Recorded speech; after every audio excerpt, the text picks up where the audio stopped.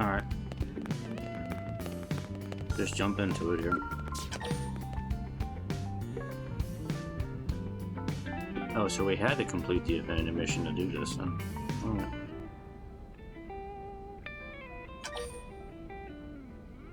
Some actions will be restricted while this mission is active. Are you sure? Well, yeah, it's the main mission. Good. Hero.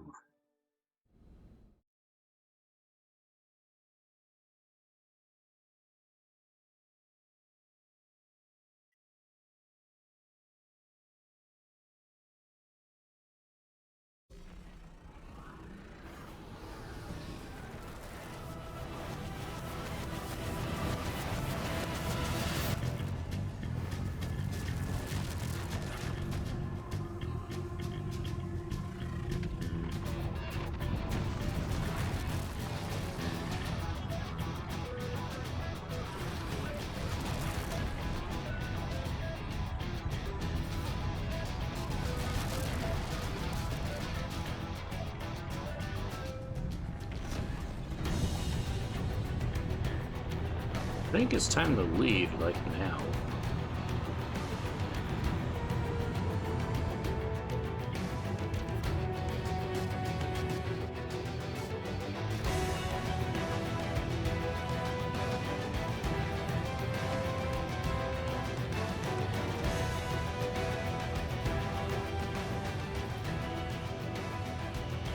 Sit rep. Detecting ghosts emerging from surrounding DMAT zones. They're on approach vector. They're making their move. White Whale 2, fire engines! Roger, okay?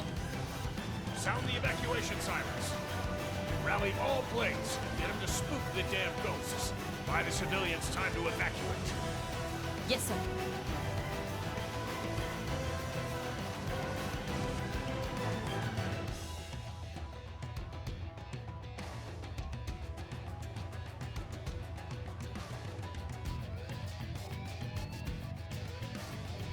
Emergency alert!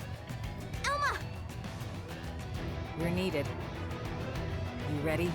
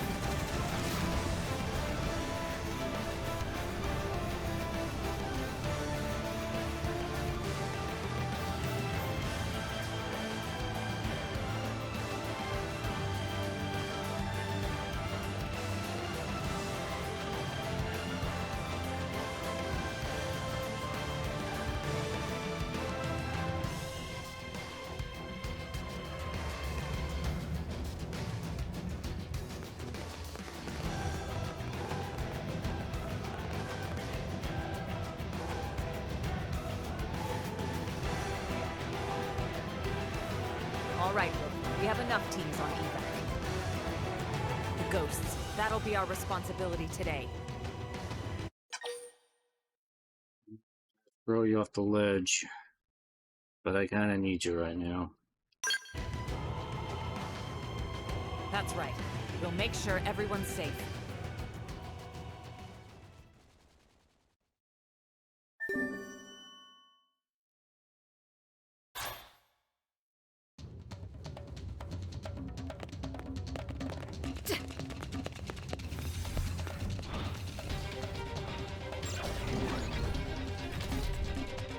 What are we doing?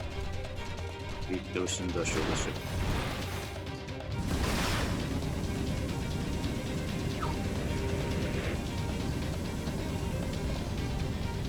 How did they see us? They're open! Use melee attacks! Gotcha!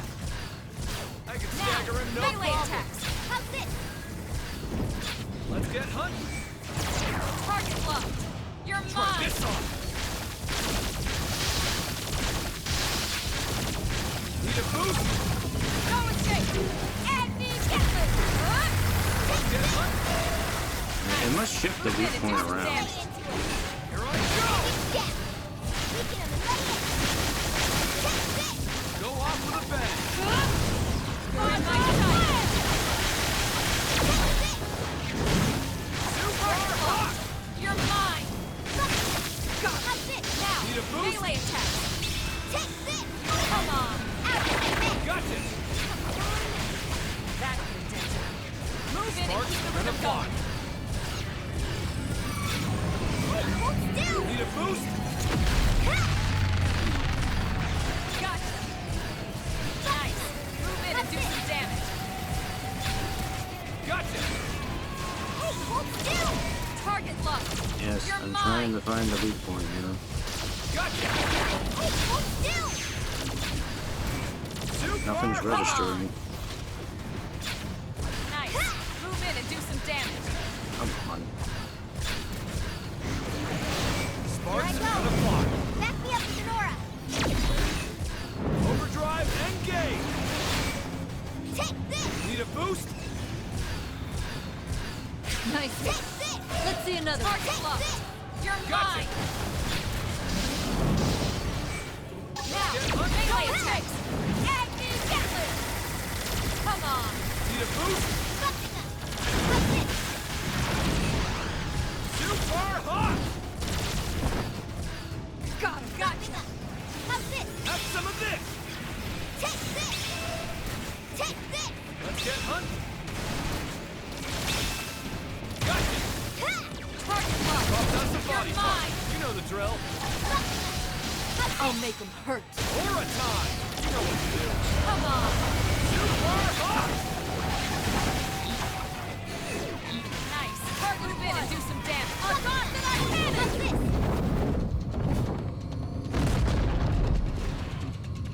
I'm almost debating giving that a negative, because that's actually really annoying. Like, I kind of understand the point from a gameplay perspective, but the fact that it keeps shifting the weak point around is really annoying. Because I'm cycling through all the targeting points, trying to find the weak spot, and I just can't find it. And it's just really annoying.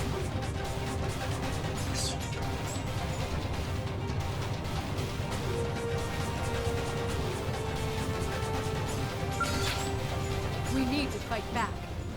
We should weaken them just to be safe. Don't escape! How's this? Got that one on. Nice! Super Ready to hot. do some damage! You're in my Sparks sight! and a block. Gotcha. Target put it locked! back. You're mine! Need a boost? Now, melee attack! You wish!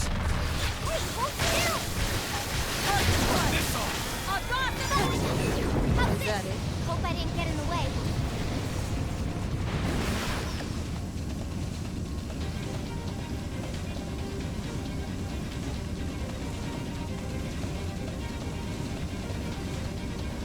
Didn't have to. What? Okay.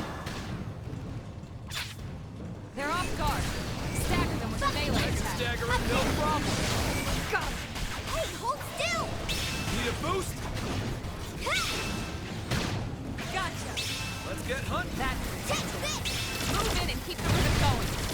Sparks are gonna fly. Output at max! You're in my sight. Gotcha! Hostile neutralized. Switch to close range combat. Need a boost? How's this? Take this! Try this on. Where do they all come from? Hey, hold still! Come on. Try this on. This is it! Bucky! Let's get hunting. How's this? Have some of this. Target How's acquired. this? On guard to that cannon. Engage overdrive. Hold still! gonna fly. Hold still! Popped out some body parts. You know the drill. Gotcha. Overdrive! Have some of this. You're mine. Go escape. Gag me, Gatling! That works. Super hot. Now it's my Get turn. hunt. How's this?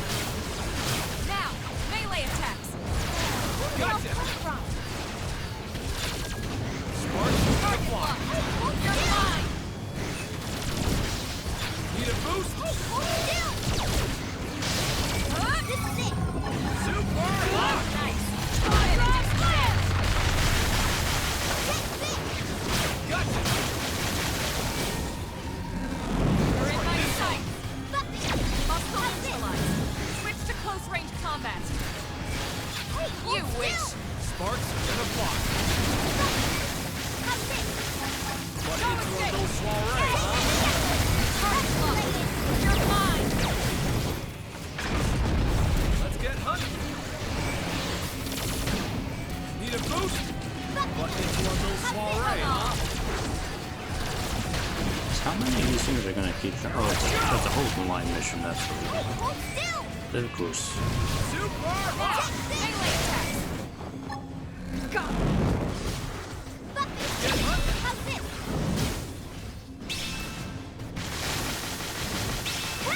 Target locked. You're mine. Bucky! How's this? Try this on. Output at max! Popped out some body parts. You Now know the it's drill. my turn. Here I go. Fire. Gonna do some damage. Need a Hey, boost? hold still! Take this! You wish. Gotcha. Hostile neutralized. What's Switch to close range Gotcha. combat.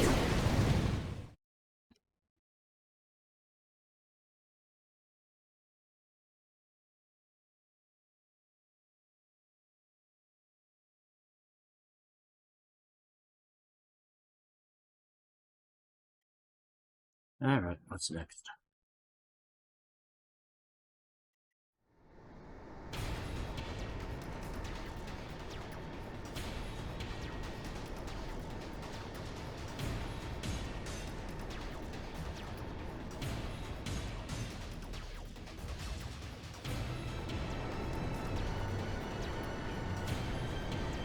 All residents evacuated.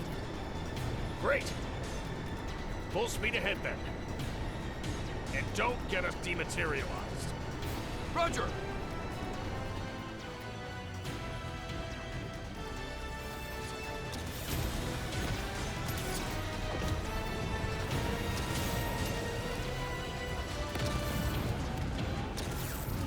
Goodbye, New LA. You will never achieve your potential.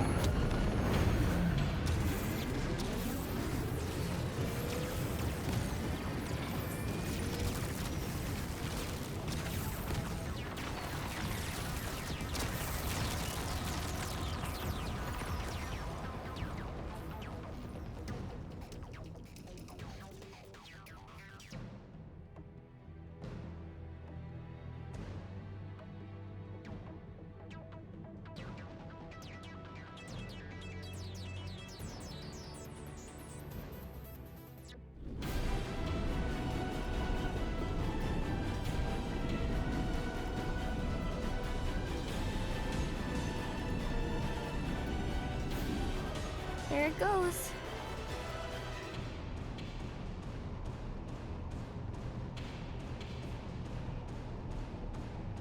I guess I can't farm for any more material tickets. Huh.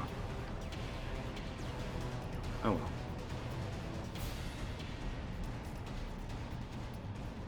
Attention all crew.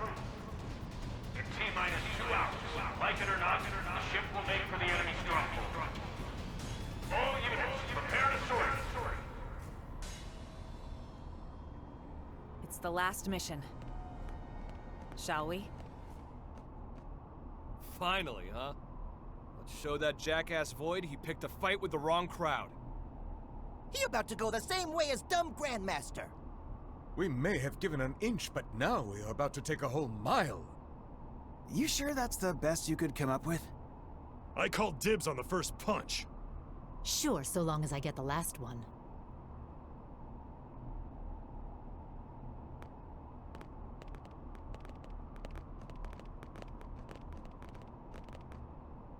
Wow. I'll live, promise.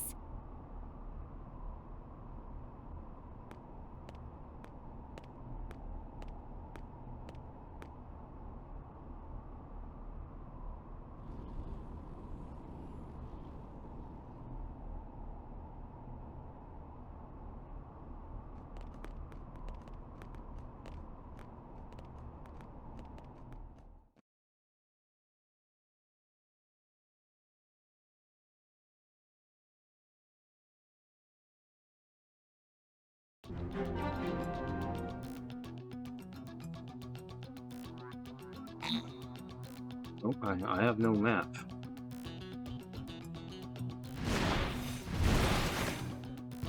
Oh, okay. I cannot leave. I just want to take a look. I just want to take a look at the destruction.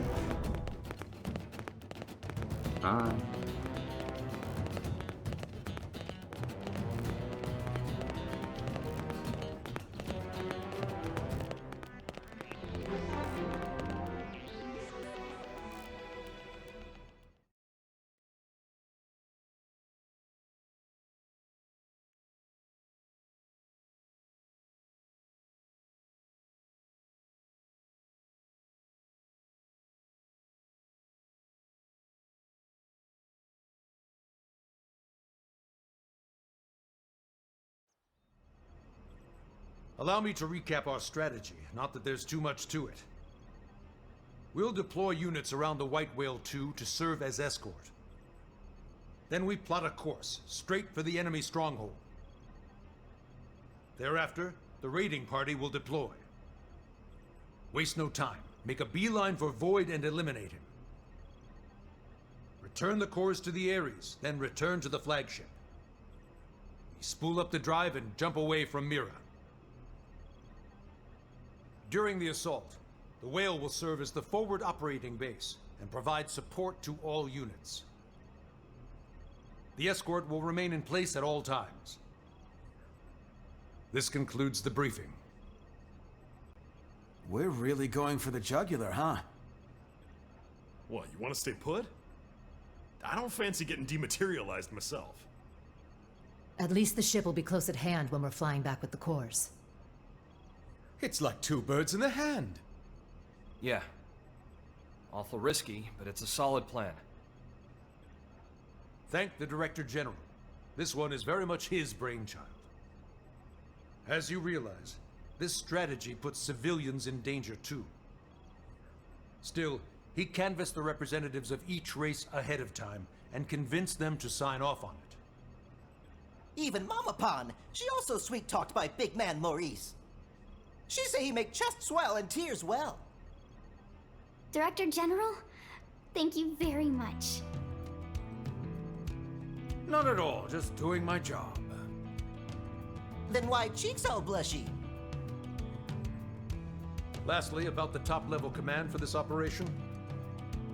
Vandam will be in charge. You take it from here.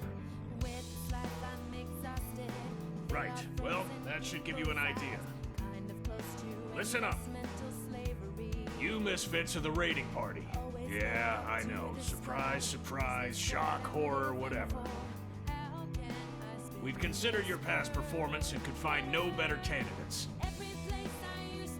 Anyone who wants out, free to leave the room at this point.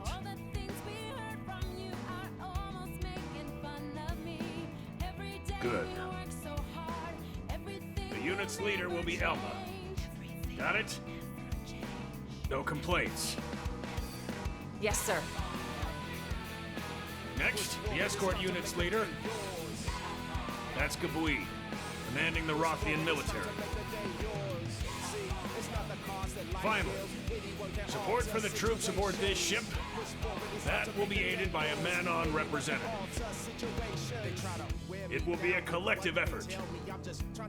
Pleasure's all mine, okay? That's that.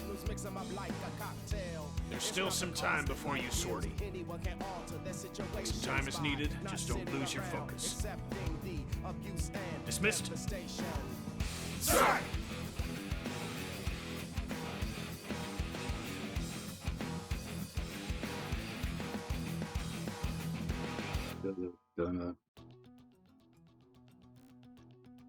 Party members have been forcefully changed.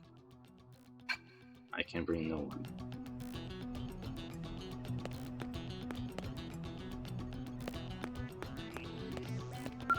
How's it going?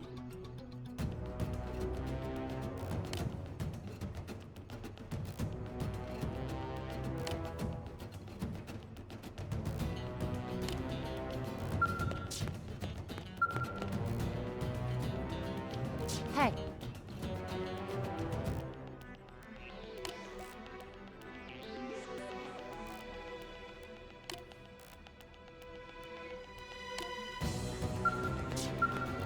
Man, this is it.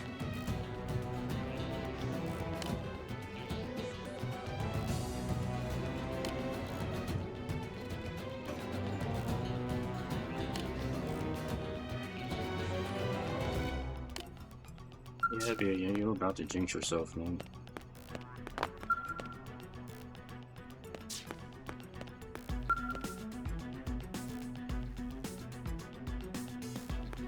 At last.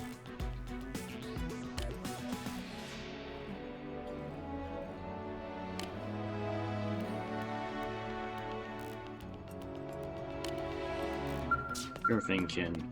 Ah.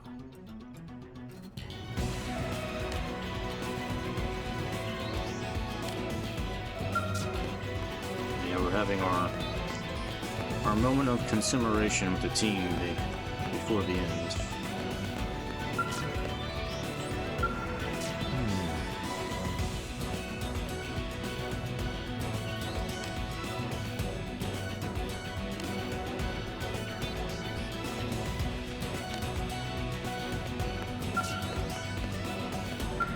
Time to go.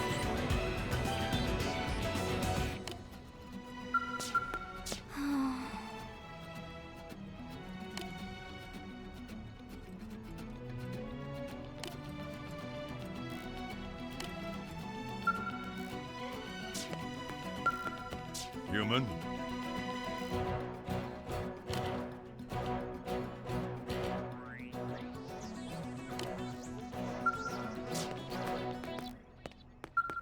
Do be careful.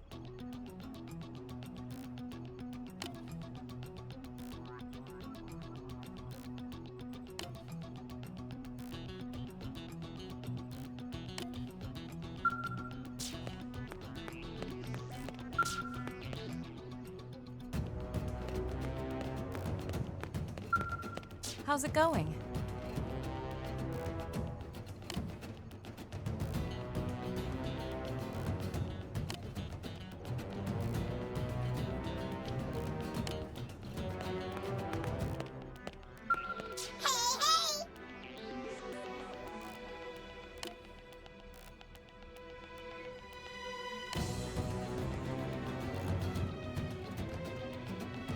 Oh wow, free of charge insurance now. At the very end. There's actually new armor in here. What's in here?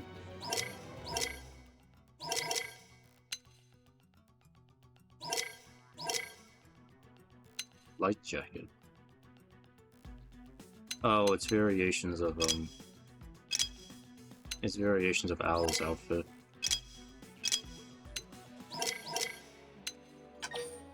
Yeah, sure, whatever. I'll buy it.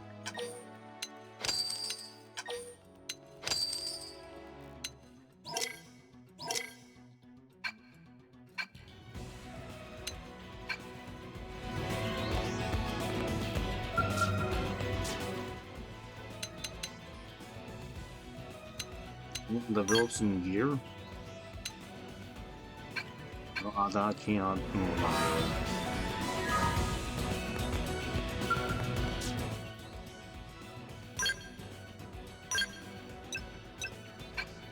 See, I think the day we kill all of them. No, not quite.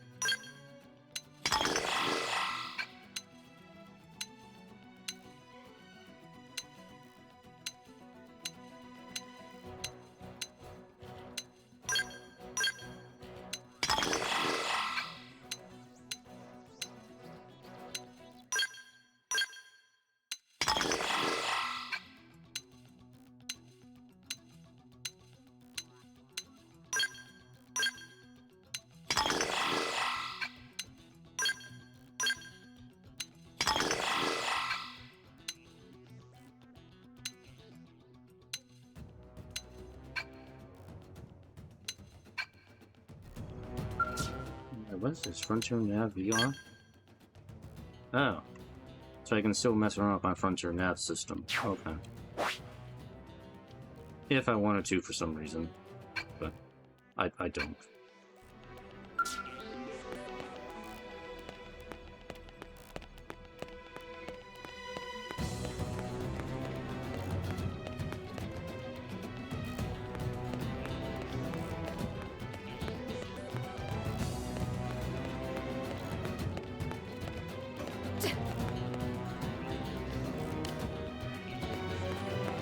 Yes, Mommy Elma, I cannot pass your invisible barriers of warding.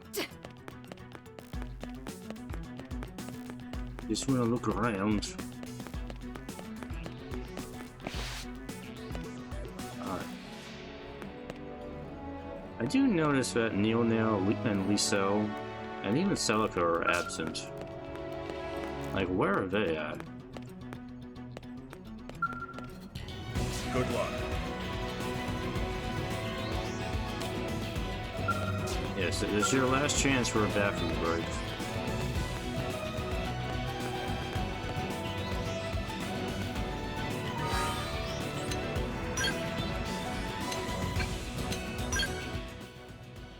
And go ahead and save. Actually, no, I'll save them. And I will take a momentary break. Hold on. Just a short break. Alright, I know we're already at the 3-hour mark, but I said what I'm gonna say. We're gonna continue to the end here. Let's do it. Let's cast off. Get on with it.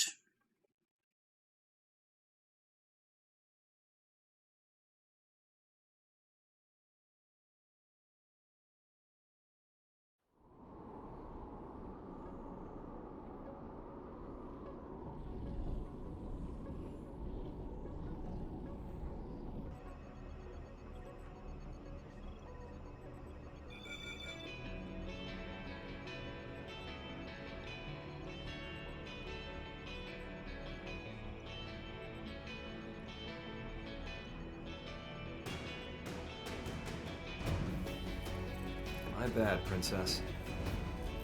Making you do what probably should have been my job. Still, you made Blade what it is today. That's a fact. The answer to you now. It's your voice that gotta hear it. I am not originally a creature of Earth. I'm just a refugee. Someone who washed up there after losing my home. And yet, your Earth accepted me with all the compassion of a place your people rightly call their mother. That compassion, it lives on in the hearts of everyone here who owe their lives to Earth. It is the love that saved me. We all mourned the Earth. And once again, we'll have to say goodbye to Mira, our newfound home. To be frank, I had nearly given up. It felt like I was fated to wander forever. seeking one haven after another. But now, I've stopped with the what-ifs. With each new land I came to, my spirit, whatever you could call my soul, evolved into something new. Soul. Sounds grandiose, but that's exactly what lives in us and in every Mim. It's the will that compels us to exist. No matter how cruel and unforgiving the environment, that will gave you the strength to carry on, honed spirits, and perfected your souls. Your search for a new haven, then, was not mindless flight. It was all a journey to enlightenment. Very soon we will leave Mira. The opposition will be fierce. We may not all make it. But I'll say it again. Don't forget, this battle, it's not just to flee from danger. It's to live, and it's to make our souls blossom. Fate does not shape our future. Our spirit does. Our will to live.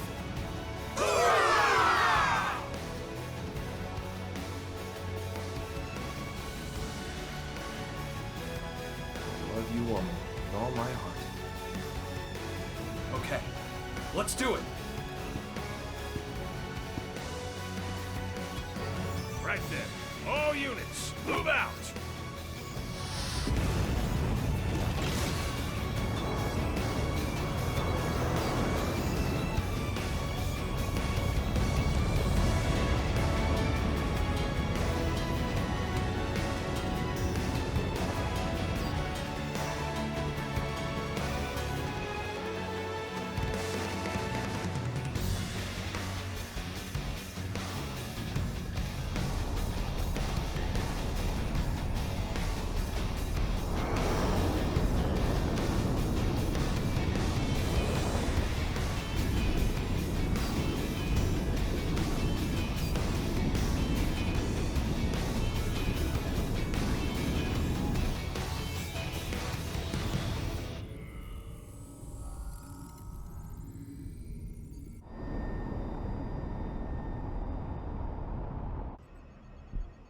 We're clear. No ganglion troops in range.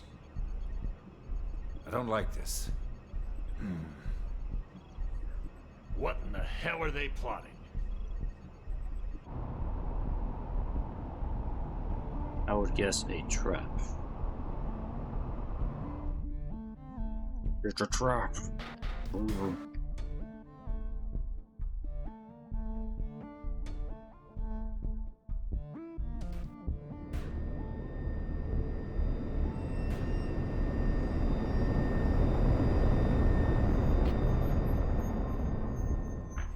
What is the meaning of this? It's a void. 12 o'clock. There's light.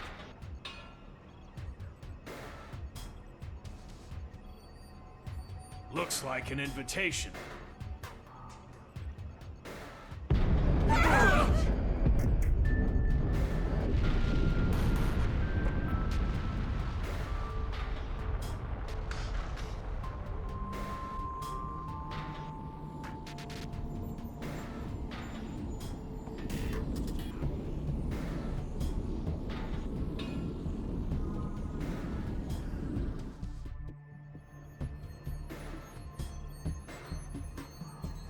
What the hell was that? Hull's caught in the terrain, sir. Damage! No, not really. Local status. Sensors are showing nothing, sir. We might be getting jammed. Don't want us flying in blind. Agreed.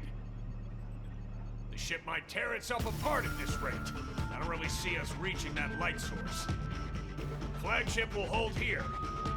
Escort group, local patrol pattern. Roger. Acknowledged. Elma, move out. Yes, sir.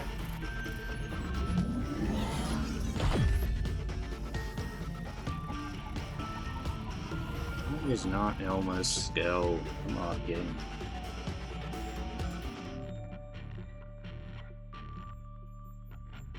All units. Eyes front. Proceed forward toward whatever is emitting that light. The enemy's smart. They could come at us from any side. Stay on your guard. Russian!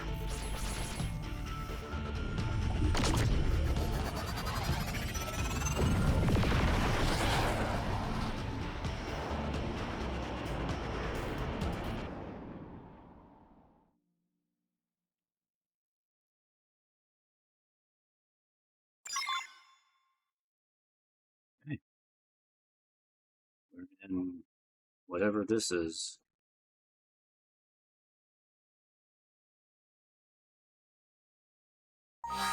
Can I have other team members with me, or no?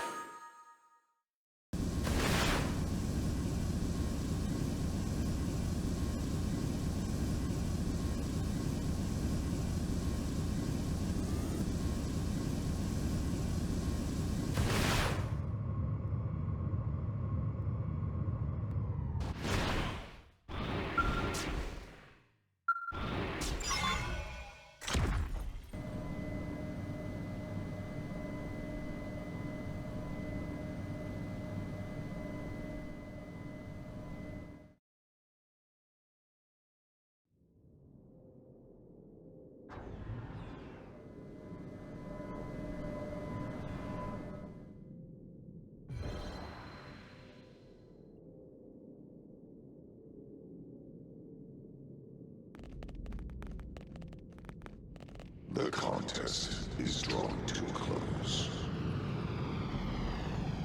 I have been waiting, though the time to me was meaningless. Oh, I'm really sorry. Then we'll try to make this quick. Ultimately, this contest too was meaningless. I thought by pitting myself against you I may understand death. But it was futile. At this late juncture, it may be that I am no longer even your enemy. Since the conflict is in itself meaningless. Really? Are you hearing yourself? You should know that your contest has cost me my home. I've been nursing a hell of a grudge. But now, I've resolved to put my life on the line and fight. If you make threats against our very existence, and stand in the way of our will to live, then as my enemy, I'm prepared to end you if it's the last thing I do. I see. So that is your definition.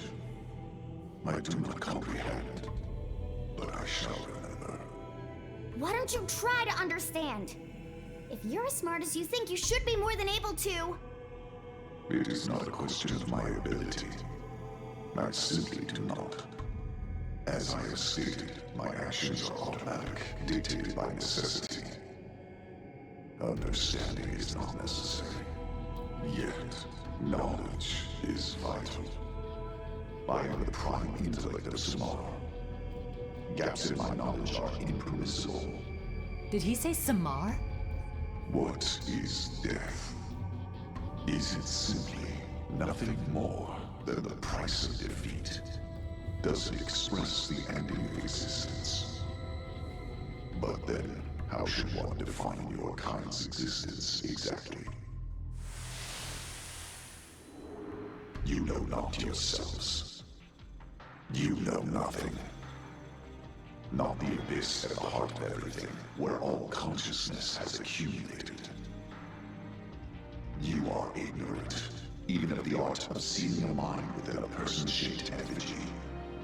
Ignorant that you have made nothing more than an artificial recreation of its structure. Wait, what was that about an abyss? So it's true. There really is something else. It's not just the life hold that holds our minds. And Mimia's own tech, it was just copying something else? So the Lifehold core, it was only a relay? Chance has its hand in all things. It was but pure blind chance that you successfully tapped into the universal abyss, even fractionally. For that, I must commend you. That is precisely what makes you so comical. Why you maintain my interest. How fallow your understanding with your once more. What is death? I say death isn't the end. Precisely. It's just the end of the organic process. One's existence remains. To exist is to live. The proof of having lived. Is that your definition? It's more than just that. It means everything to us, and we understand it well. Such confidence. But you are at your limit. You accept what you have understood and no more. An intellectual failing. The only due consideration is death. Hence, I absolutely do not comprehend. A pity. It looks to me like you're just running away. Correct. I am always running, and shall forevermore. Escape is much more active than acceptance. By continuing to flee, I will ensure my existence alone will win out. Perpetual avoidance? What's the point? Right. If death is the price for losing, then you're already dead. You have no meaning. My existence meaningless. That's right. Forget all the cosmological mumbo-jumbo. There's an obvious fact on display here. You, Void, you simply refuse to learn. There is not in all existence I cannot learn. Cat's out of the bag. That right there is the proof of your ignorance. You don't even know that you don't know. And since you're unable to accept that truth, you just went and declared yourself the loser. Intolerable.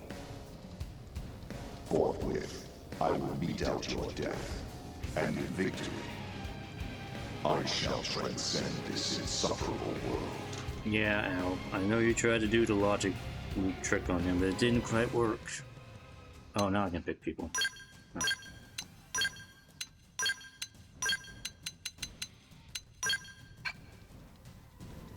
Alright, stick with the story, people. You don't have to be like this. They're open! Use melee attacks to unbalance them. I'll blast them wide open. Gotcha! Here's how we get off. Here's a drink on top of this now.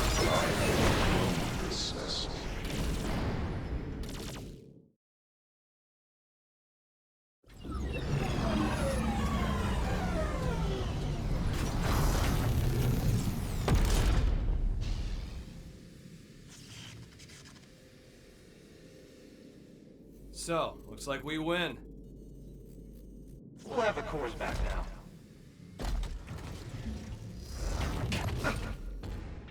I can never be defeated.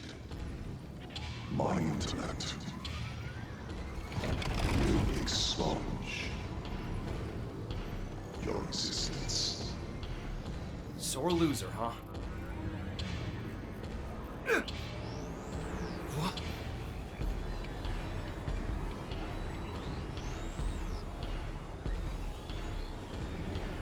Ow! Damn it! Move! I know. The Ares assimilates to its passenger. I will transcend. As will you, together with a newly salted avatar.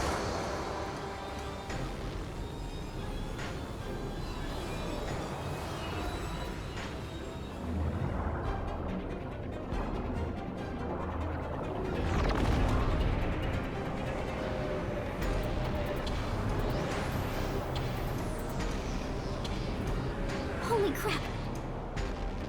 That's his new vessel?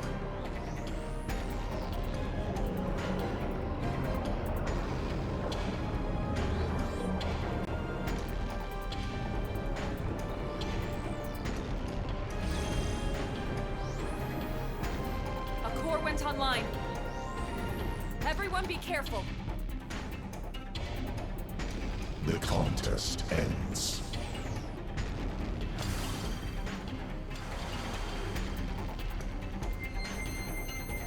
Yeah, okay, you can just teleport us away. Alright.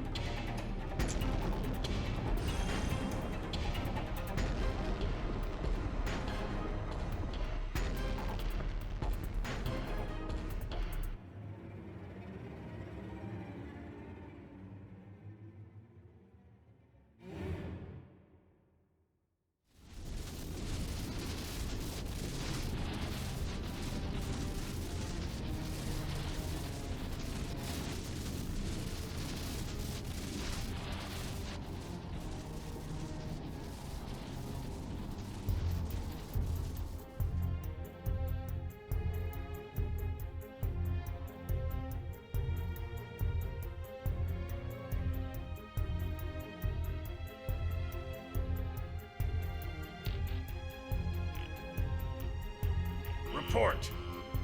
Unable to pinpoint source of interference. We can't tell what's happening, sir. Any word from the raiding party? None so far, sir. Maybe they're just unable to reach us. Keep hailing them from our side.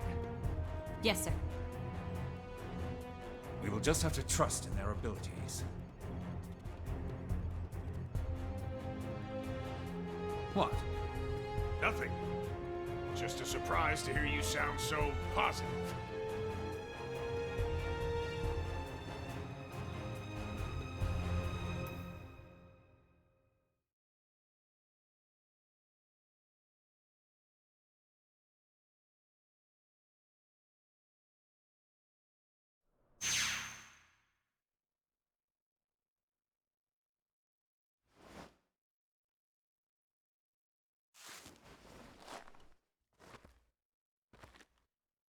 Finally awake? Doesn't look like you broke anything. All good? Great. That makes 2 of us, and that's the bright side. That said, it's not looking too rosy. Look.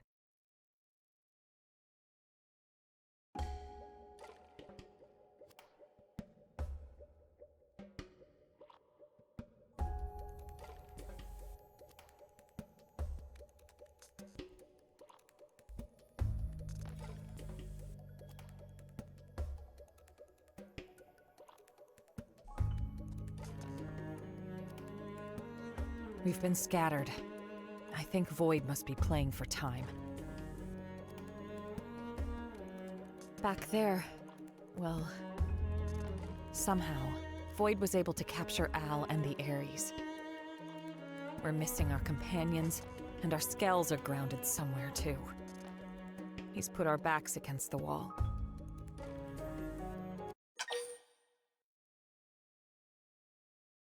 Well, then, let's get to work. Yes, that's just what I thought.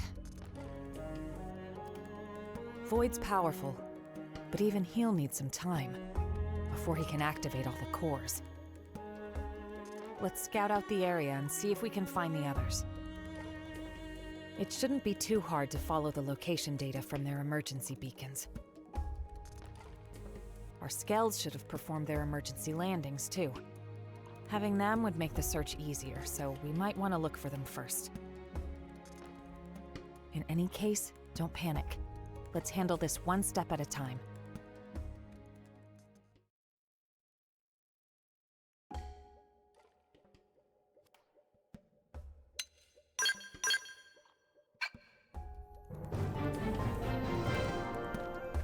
Volitanis, finally. I don't think it took forever to get this place unlocked.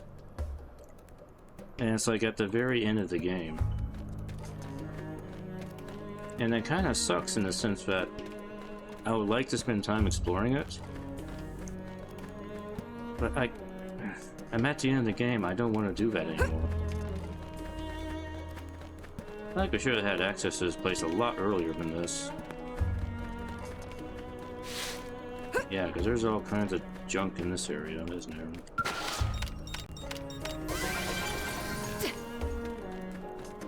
Money. I can't do anything with money now.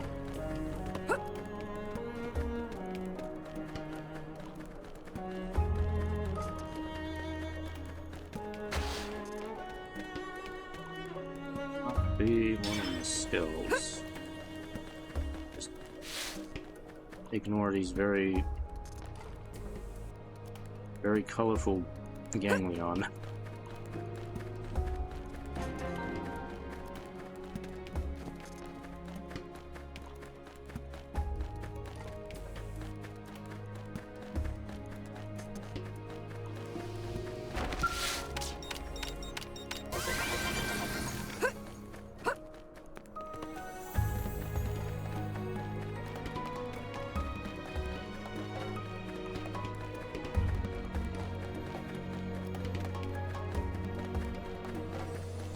Somebody.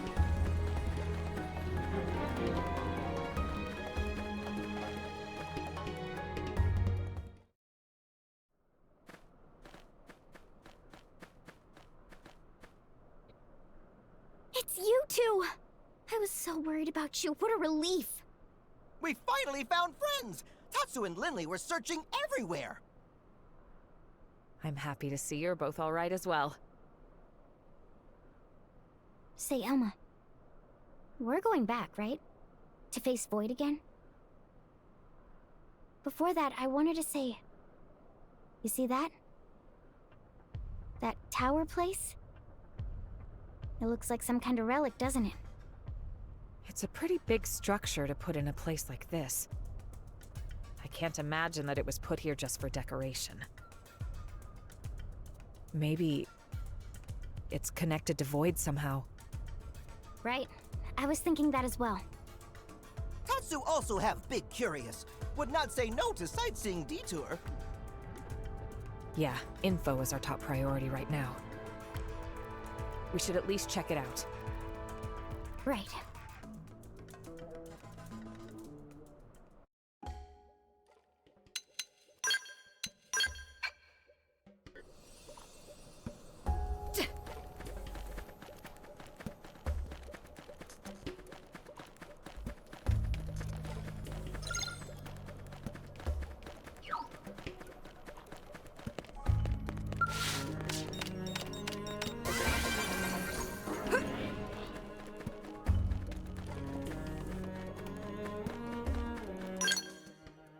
Oh, I just want to check. I do have a map.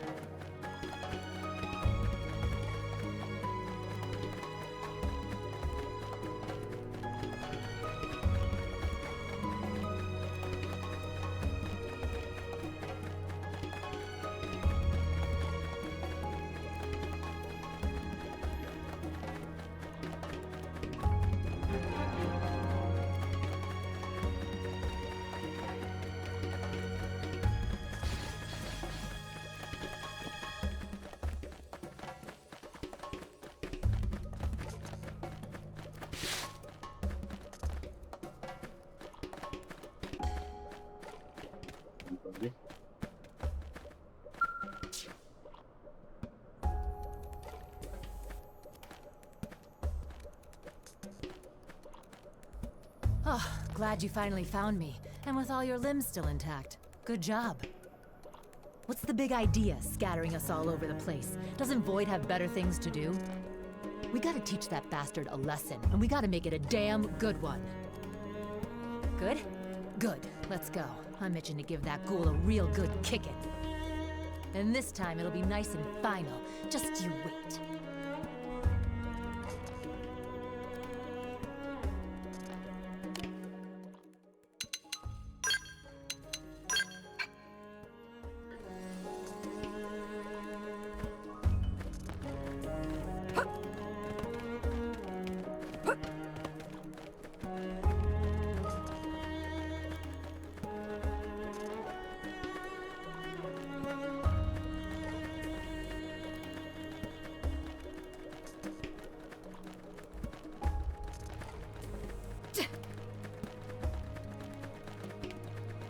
Come on, you and me. Of the shadows, don't let up. Quick hit, 0-0. Absorber skin, light. I'll make him hurt. Hercules, flash grenade. I'm not clocking out yet. Heal me. Negative. I'm on hurt too. Light. Shadow strike! 0-0! Absorber skin! I think we've worn it down. Keep shooting!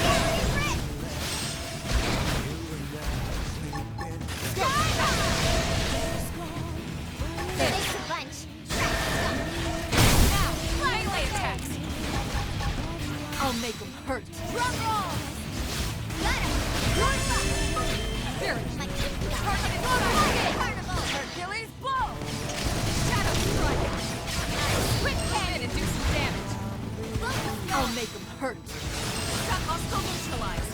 Switch to close range combat! Side to left! I won't give him a second's rest! Then move in and swap! Drum roll! Flash 0-0! Absorber skin! I'll blast him wide open! Quick cannon! Fire path! Melee attack! Side slash! I'll make him hurt!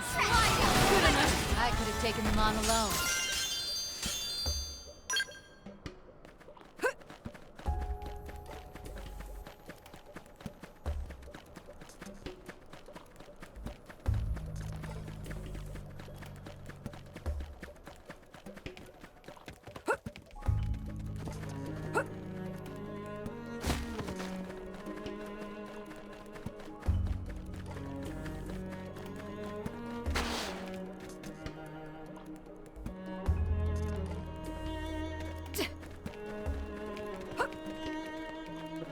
Look, you just must scale it.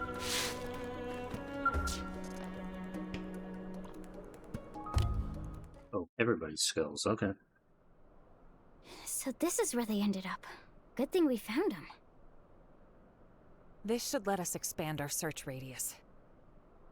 Let's scour the area. The sooner our allies are back together, the better.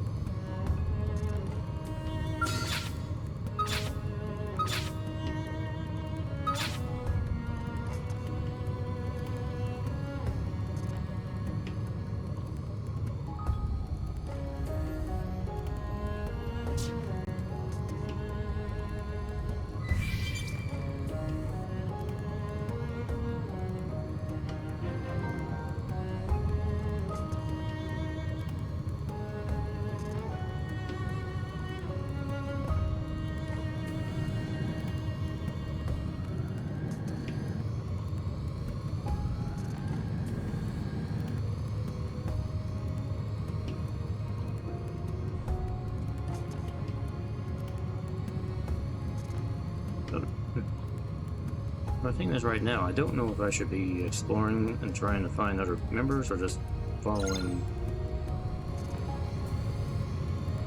this or search the area.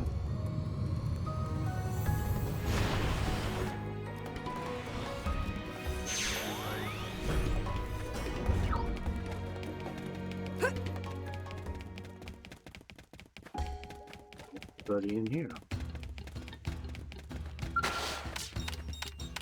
The strength comes from experience. That's true on any planet.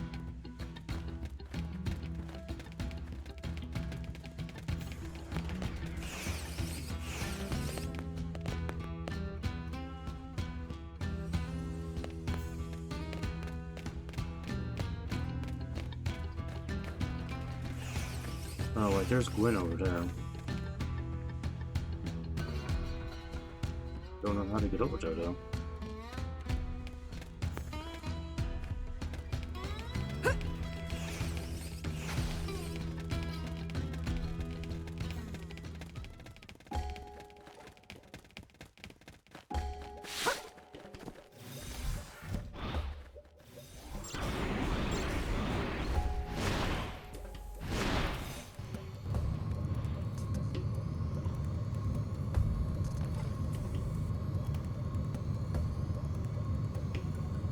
Oh, you fool, you're in there.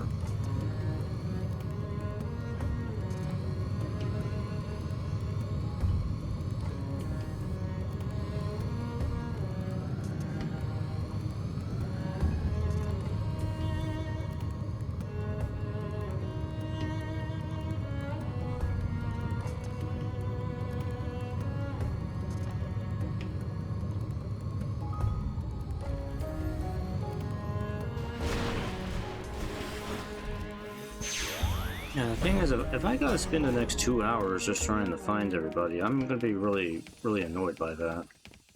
Because I'm ready to finish the game. I don't want to be doing busy work at this point.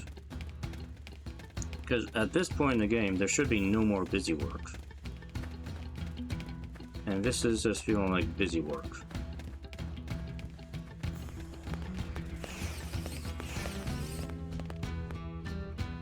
Seriously, I don't know how to get over there.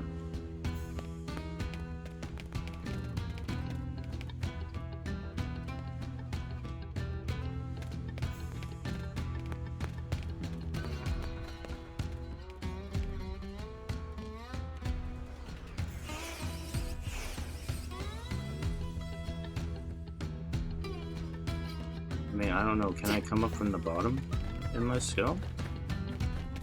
Because I don't see a way to get across this gap.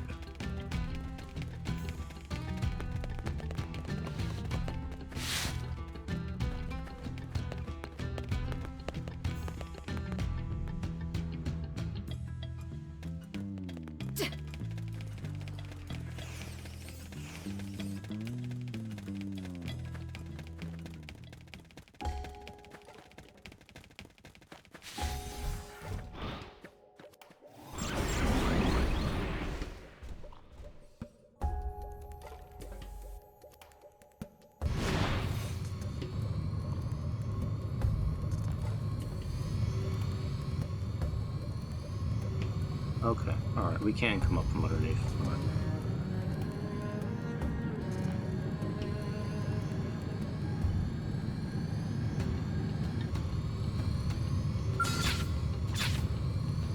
You will just gonna kill. Melee attack. Start on the tail. Better safe than sorry. You wish.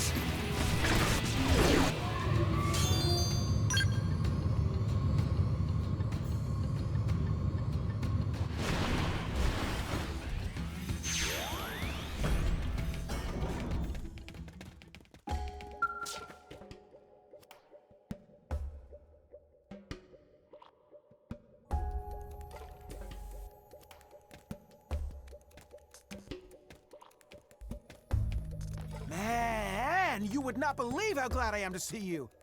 I woke up all by my lonesome here on enemy turf, and I was panicking. But hey, I'm glad you're all right. There's still everything to play for, isn't there? Let's hurry on over to kick Void's butt and save Al. Then, we'll head back, and we'll get a real hero's welcome. I believe in us. One more push, and we're home free.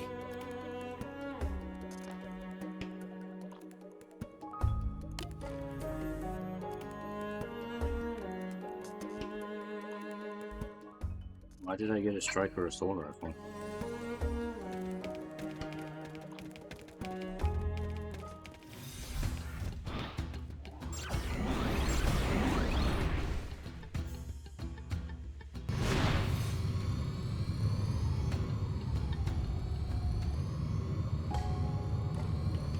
So this whole thing is a spinning orb. Fear zone thing. I guess I gotta scour this area for everybody. It's not really what I wanted to do at the end of the game, because that's just gonna eat up time.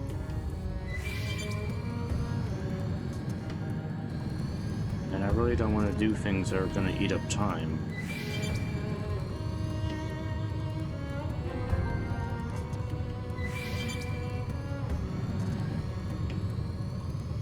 I can find like a few of my people that have like the level 60 skills on them.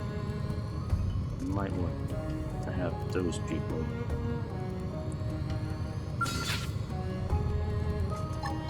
Target acquired. Dawson, I can't. Good enough. I could have taken them on alone. Let's just get rid of that.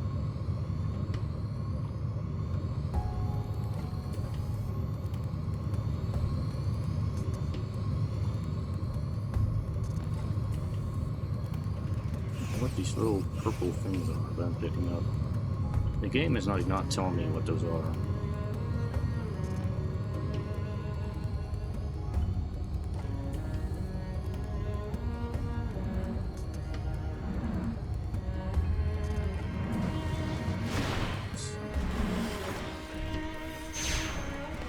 Just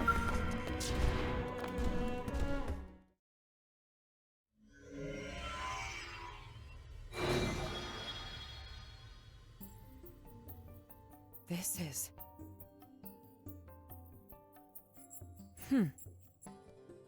Elma? You figured something out? It looks like some kind of massive database on the ancient Samarians. The Samarians? Oh ho ho! Nose of Tatsu smell whiff of momentous discovery.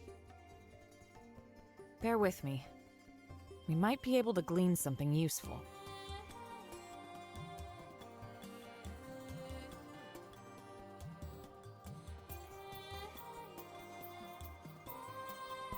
It's pretty fragmented. All right, let me tell you what I found out. At first, this whole place was inside of the rift. It seems it was designed to contain Void. And this structure where we're standing now, it was a sealing construct made by Samar. That is, a device to restrain Void's power. The sheer scale of it is staggering. I knew it! I told you this tower had to have something to do with Void. It looks dormant right now, but it's not completely dead. Well, in that case... Right. If we can activate it with any luck, we might be able to weaken him. I'm not sure what would actually happen, but seems worth a try. I'll turn it on. Be ready for anything.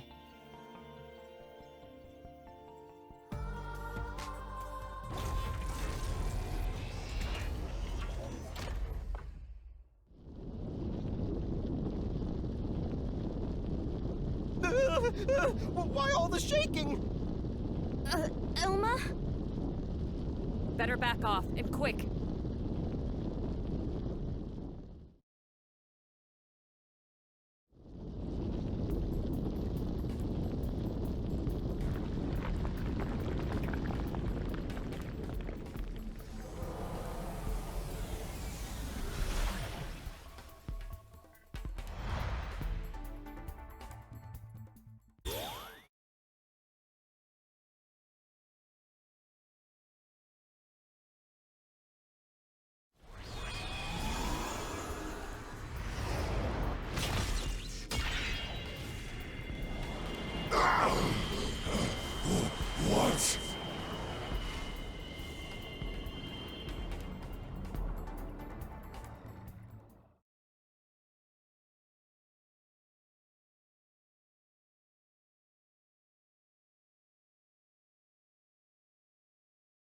Whoa! Stunning scene!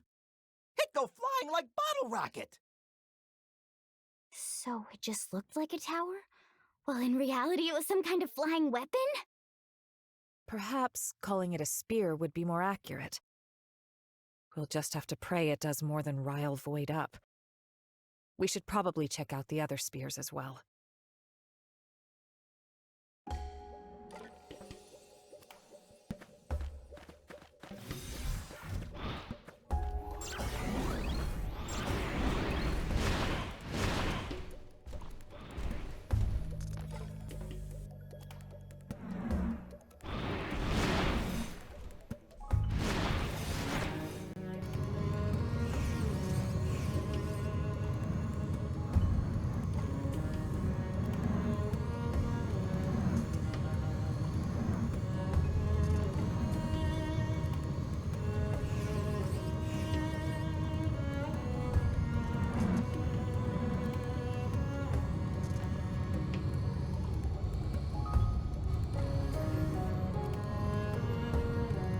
Oh, okay, so the little indicator indicates where somebody is.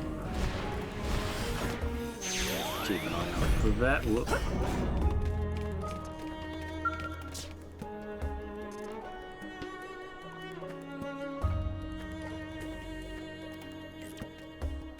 Well, well, isn't this a woeful predicament?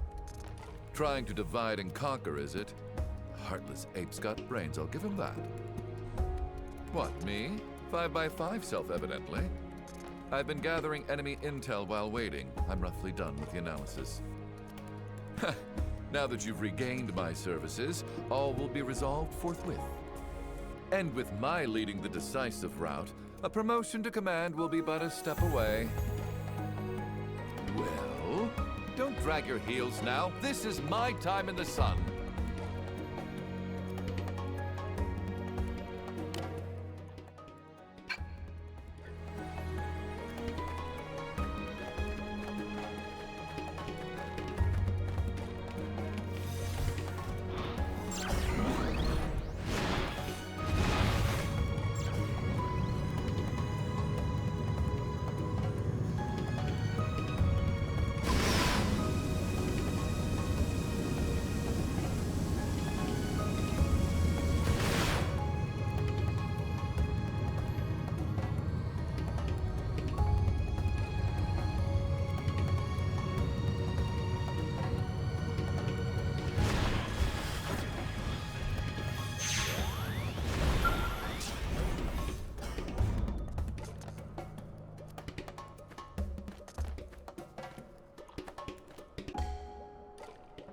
It is a stroke of luck that we should meet here. Attend. I've been scouting the surroundings for a way to approach our foe. Void has command of the Ganglion. That wretch ground Rothian honor into dust. Fear not. I dare not try to slay him alone. Now, with valued allies, we bring our joint might to bear. Come, our goals are aligned. Let us venture forth.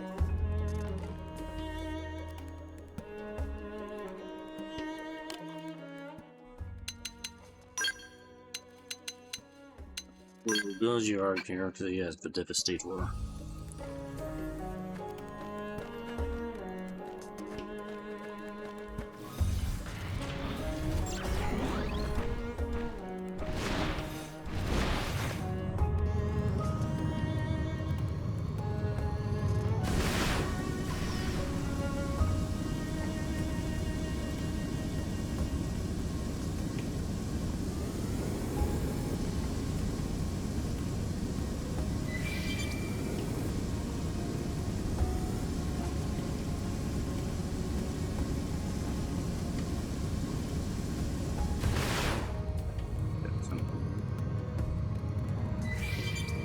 Oh, okay. Those have fuel. Okay, so little pink crystals have fuel in them.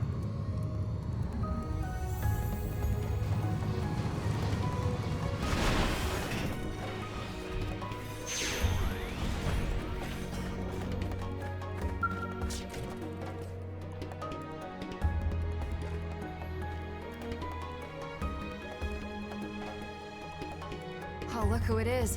Glad you're unharmed.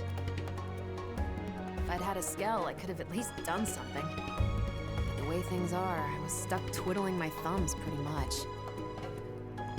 It's a strange old place. You want back into the fray, right? Okay, I'm with you all the way. Leash is out there waiting for me. Let's take this guy off his high horse and go home.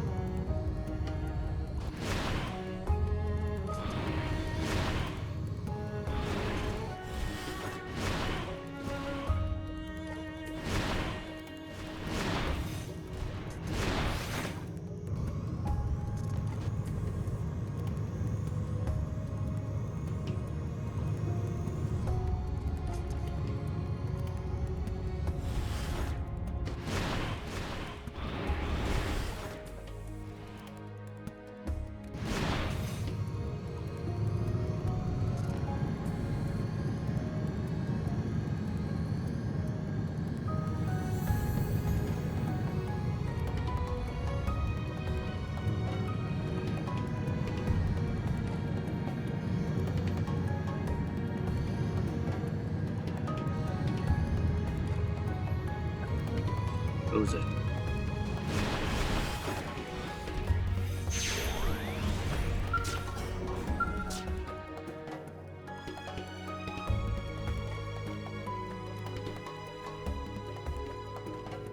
Aha!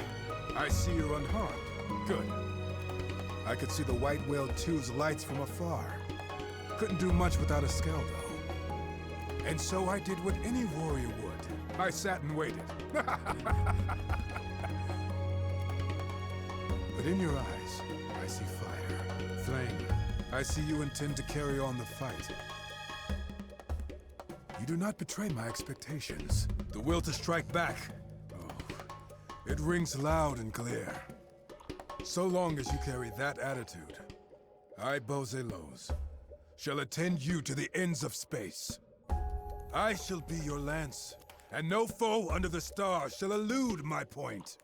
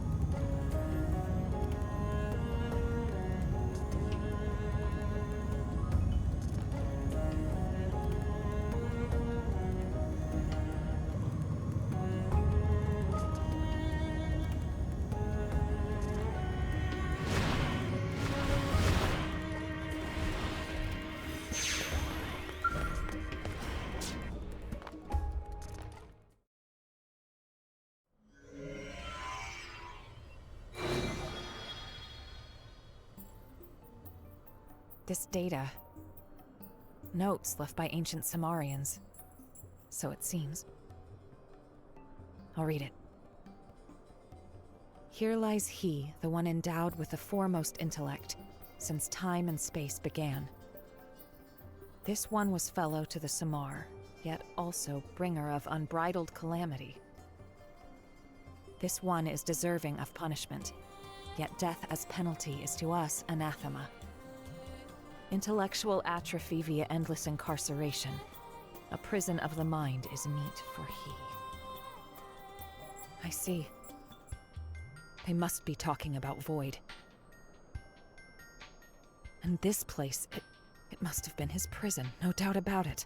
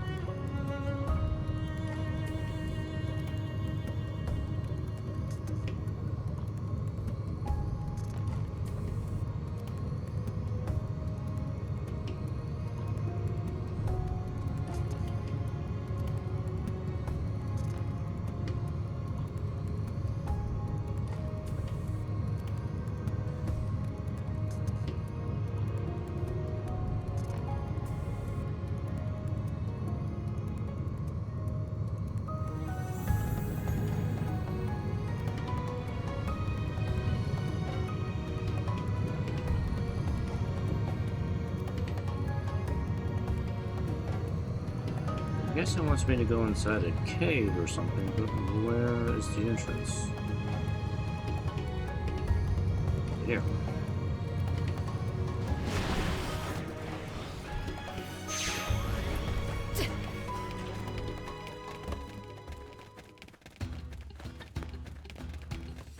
On into the fray. Shadow Strike! 0-0! Into the fray! Move in and keep the rhythm going. You'll want to see this move. That's how to evade. You can do it. Skyline! Splendor! Exit Rising Blade! Move in and do some damage. Rising Blade! Don't wait for the next hostile. Bring the fight to them. Now it's my turn. 0-0! Did that work? Now, Blade! I have brought them. Now, take it through.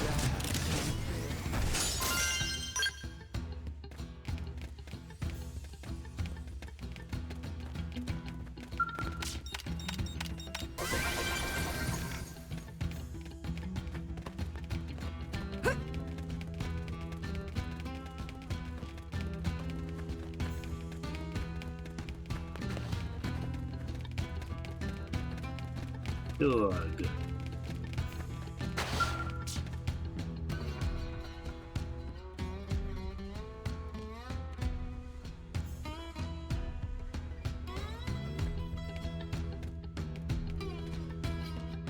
Yo, took your time.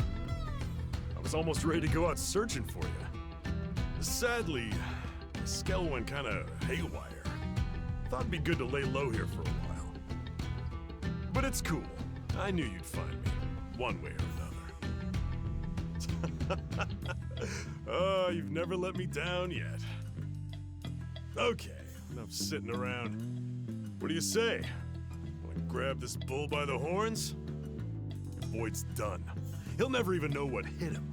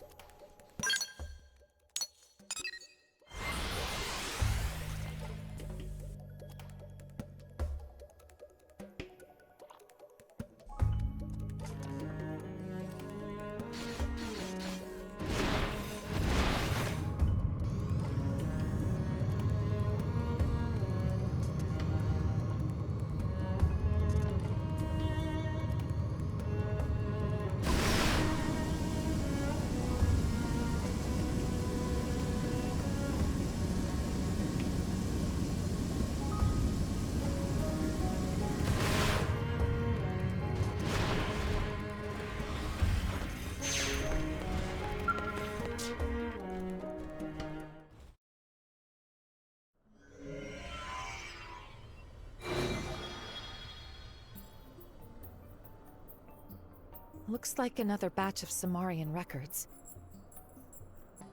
The 6 fetters robbed this one of all thought. Even a deathless child of Samar cannot slip free of these bonds. This one's mind will eternally diminish until his essence mayhap expires within the rift. Interesting. So the Samarians made this prison for Void to trap him here until the end of time. But it didn't quite play out that way. Something unforeseen must have happened. There's not much use speculating. But there's one thing we've learned. These devices are sure to work on Void. The wisdom of ancient Samar. Armed with this, we may yet gain the upper hand.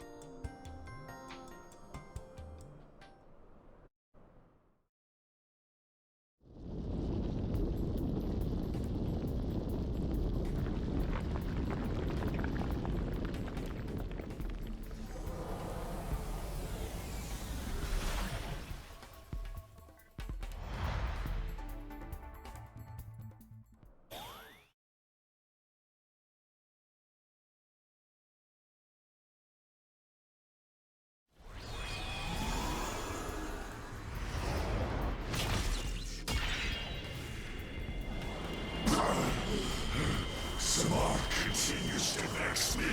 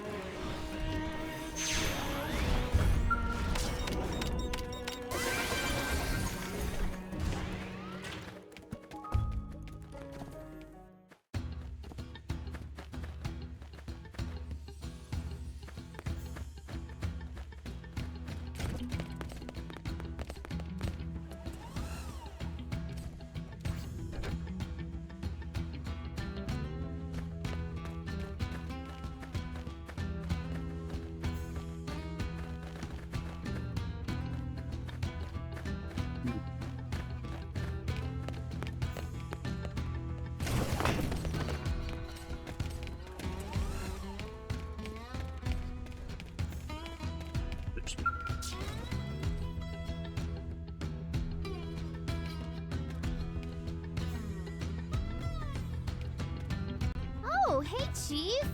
You came all the way out here just to find me? Aw, you shouldn't have. What with my skull breaking down and the ganglion mooks is just one thing after another. Come on, Chief, let's get hustling. What kind of explorers would we be if we didn't turn this bizarro place upside down? Huh? No time for that? Aw, Chief, no time for that. little. I mean, we're gonna kick the big bad's butt, right? Might as well take a teensy detour.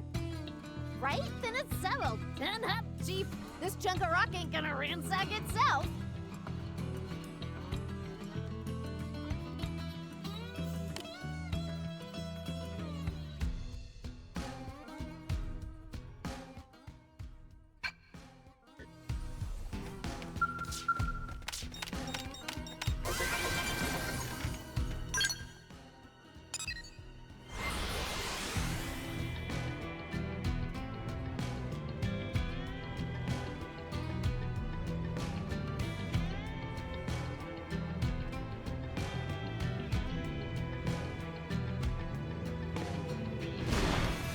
We need to fight back.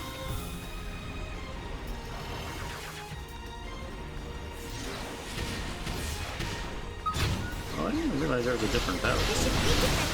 Yeah, we're on top of this now. Know your people! Come on! No escape! Good enough. Stood in my path. Bear me no ill will. Oh, yeah, I forgot. I gave the kill everything gun to Lynn. No. It works surprisingly well at groups of enemies.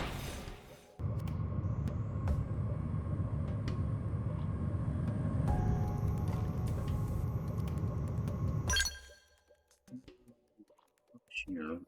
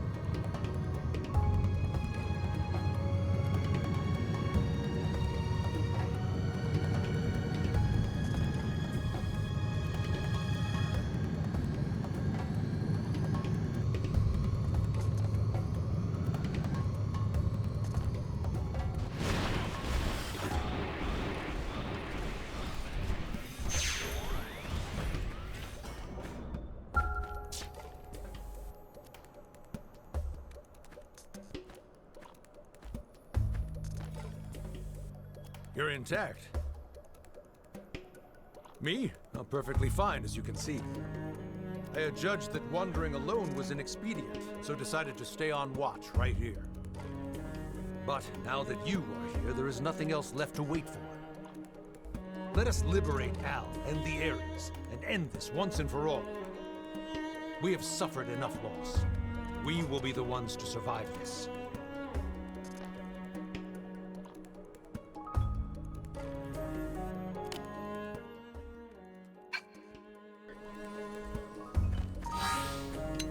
They didn't really give me stuff, like, why at this point? It's like, at this point in the game, why? Yeah, it did. Yeah, the game just gave me random gear. At this point in the game, like, well, why? I already have good gear at this point.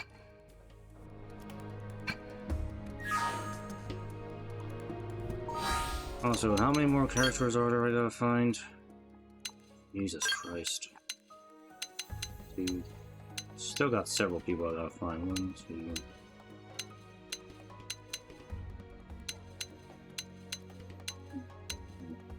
Well, 9. 9. Not counting Al. Oh my god, why is the game gotta make me do all this fucking busy work at the very end here? This is aggravating. It's just gonna take forever to do.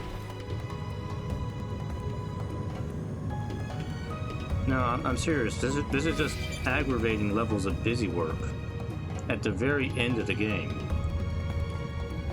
It interrupts the flow of the finale. Because now you gotta stop and do all this stuff instead. I'm sorry, this just fucking sucks and it's gonna get a negative.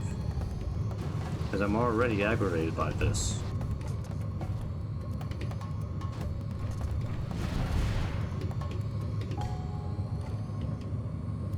Because I just wanted to finish the game. And now I don't know if I'm gonna be able to finish it tonight.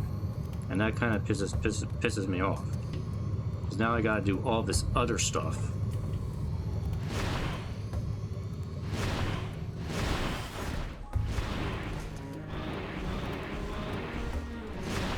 How'd you get into this?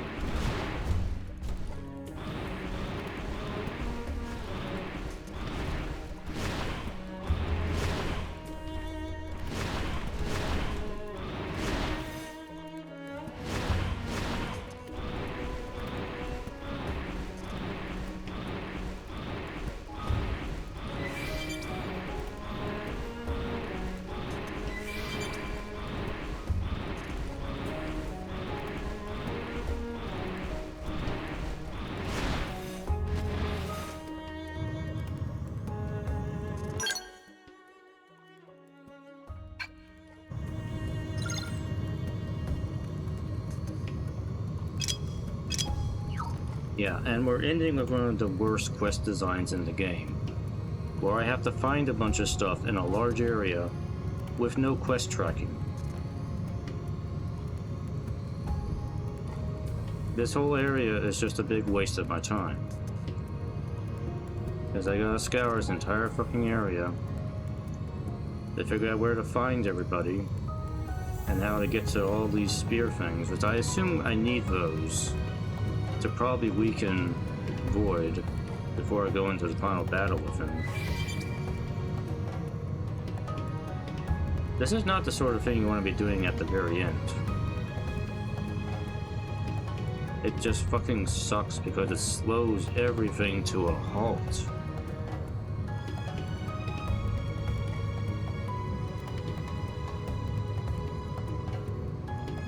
Yeah, I almost feel like I want to stop and do this on my own off stream. Because this is just this is not interesting to do. It's not interesting to stream this. Because it's straight up boring to do this.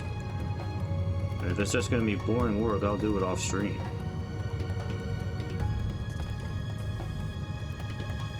I go around this damn thing trying to figure out how to get to this spear.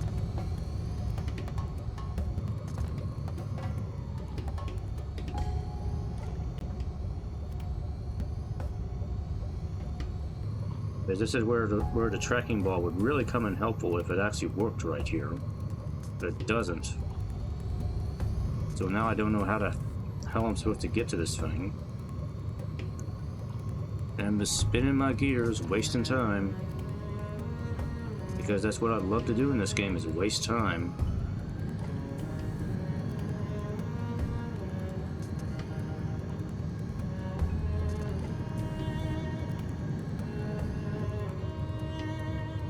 I don't know how the fuck to get to this thing.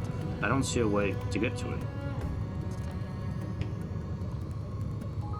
I've been around this thing like twice now, and I don't see an entrance anywhere.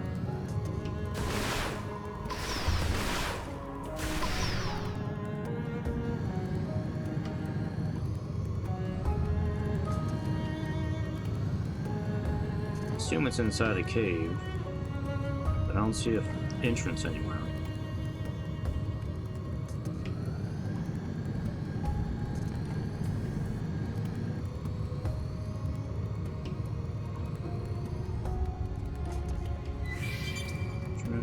Nope, that's just a rock.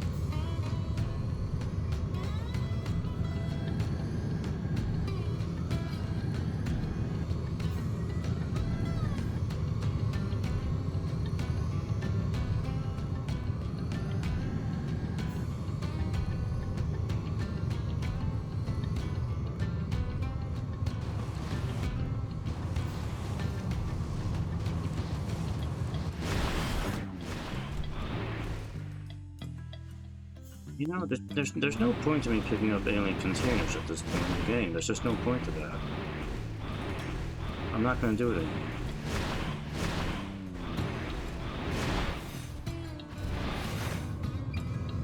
Oh, they've seen us. Target acquired. Melee. Good enough. Is that all? Fuck off. I don't care. Buffing up. How's this?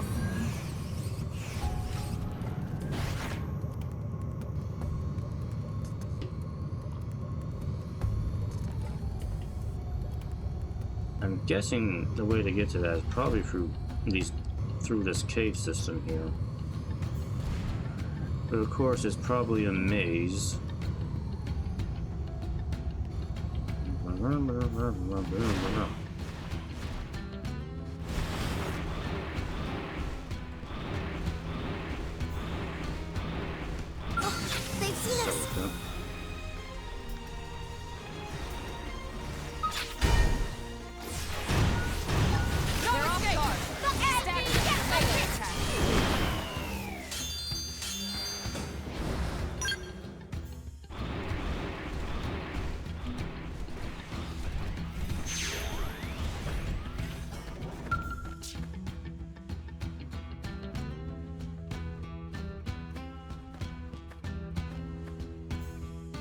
Oh, thank the stars. You must have spotted my flare, yes? I do not think I could have escaped here under my power alone. Thank you for the timely rescue. You have come to my aid many times before, and now it will be my turn to come to yours. Let us bring this fight to an end and return home safely.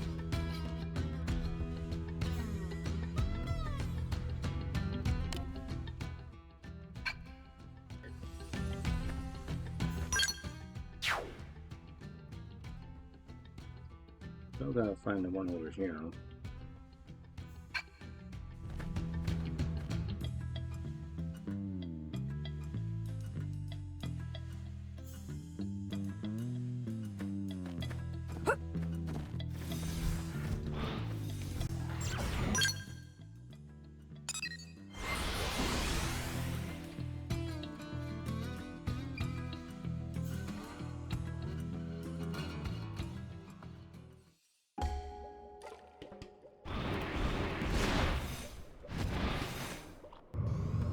Have to be like this. Target acquired. Melee attack. Start a pistol. Is that it? Nice work.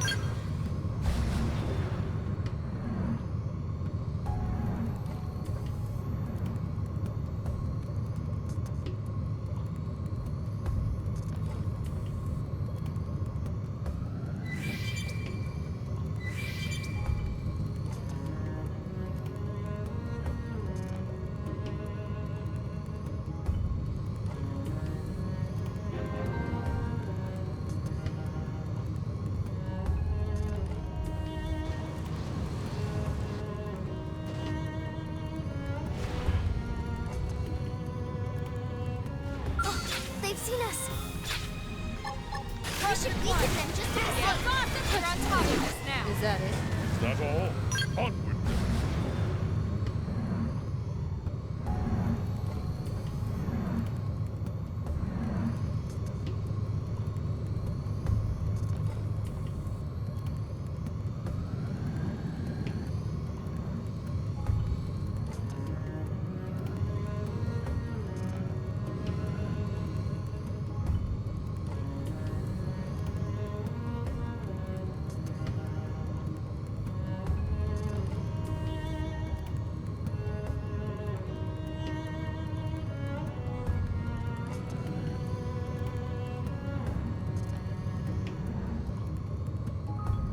Yeah, the way to read out.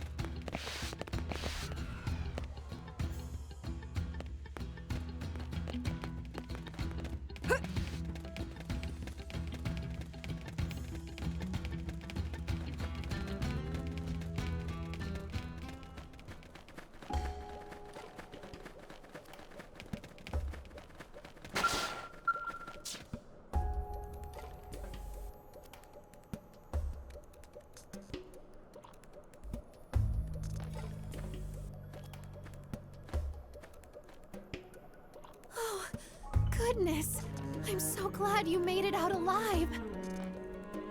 I wasn't sure what to do, how to help. So seeing you here, it's truly a blessing. I guess this is no time to get sentimental. Okay, be brave. This is for our future. I'll fight. I'll fight with all I have.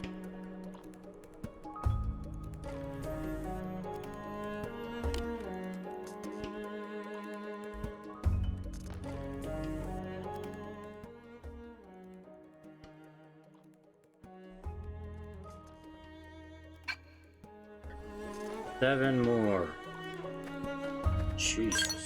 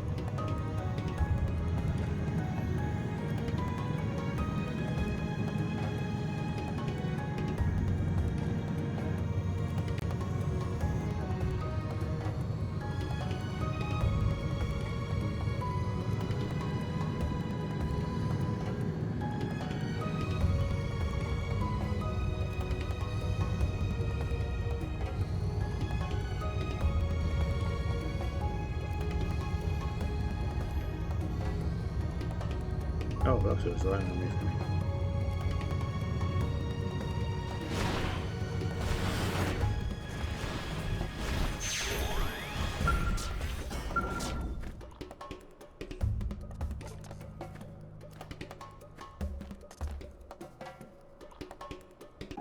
Oh, you're still alive! Score!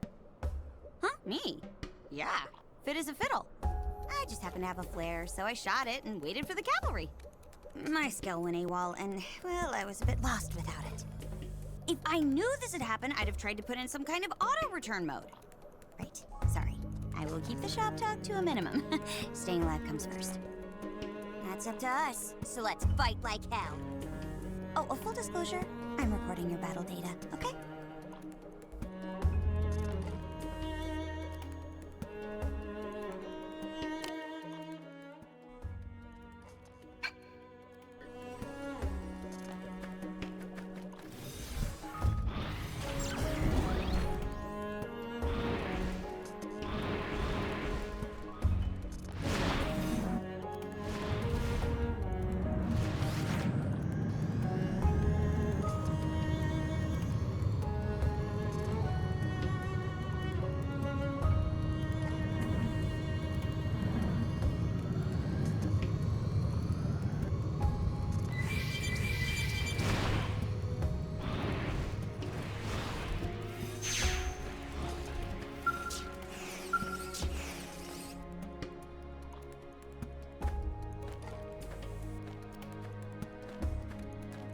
Hiya, pard. Up and at 'em, I see. Guess that's a little too cheerful, huh? Me? Oh, I'm right as rain. Totally raring to go. Say, we're heading back, right? I could tell by your grimace. Don't worry, we got this. That donkey won't get the last word. Let's get going. I've been itching to shoot something.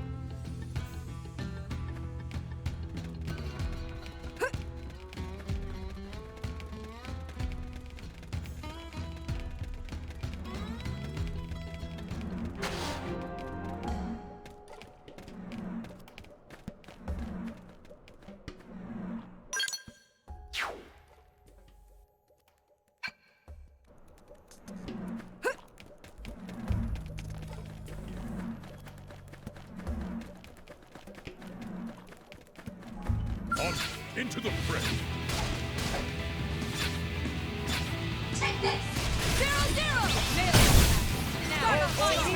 Appreciate it. The fuck? Shadow strike. The fuck happened there? I didn't even get an attack off.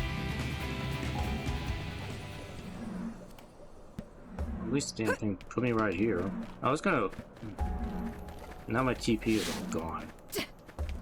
Thanks, you fucking asshole. Keep your minds clear. Engaging. They'll rue the day they're Lay down mine. some fire.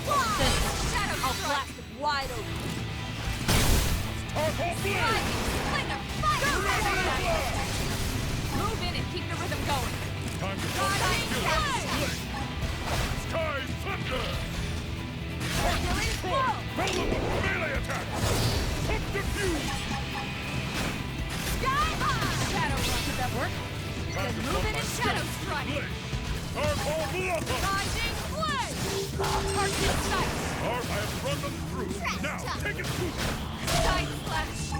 0-0. Starfall Blade! I feel a mighty blow! Come, into the fray! I'll make them hurt. Hit him again, Squirrel! Drum roll! Subterfuge! I have the upper Shadow ground! strike. Bullets I'll rain blast upon them! it wide open. Move in and keep the rhythm going. What is this bullshit? Whatever.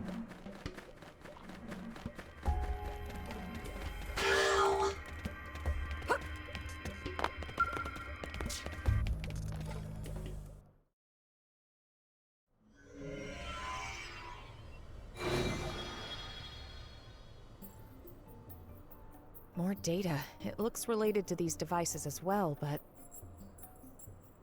No dice. The data's too badly corrupted. I can't make heads or tails of it. So we not get any more info? Such letdown. Tatsu disappoint. I can pick out a handful of phrases. Let fetters loosed from the shell become a yoke to scourge the soul. Huh? What's that supposed to mean? Going off what we've seen previously, the fetters likely refer to this device. Fetters, once released, become a yoke. Well, that's the most literal way of reading this, at least. This make no sense to Tatsu. Tatsu prefer to leave heavy brain work to Lindley. Oh, sure, like I've got all the answers. We can think about it later. The meaning of those words, it might become clearer with time.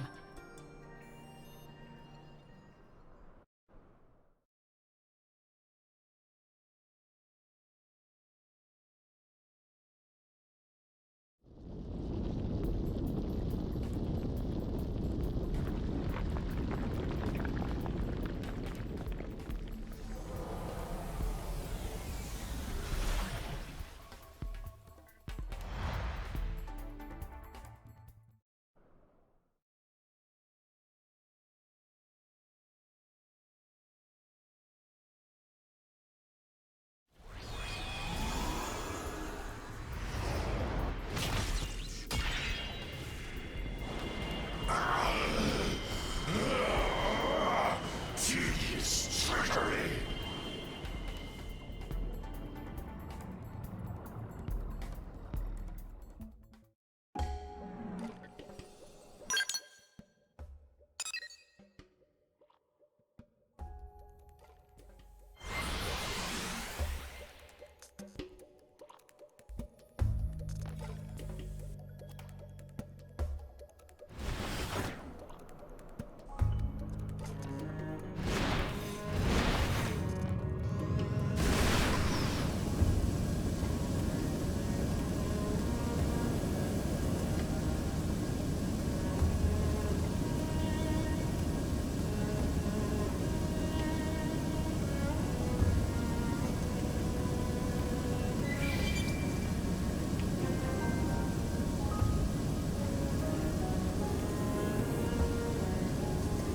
On into the fray!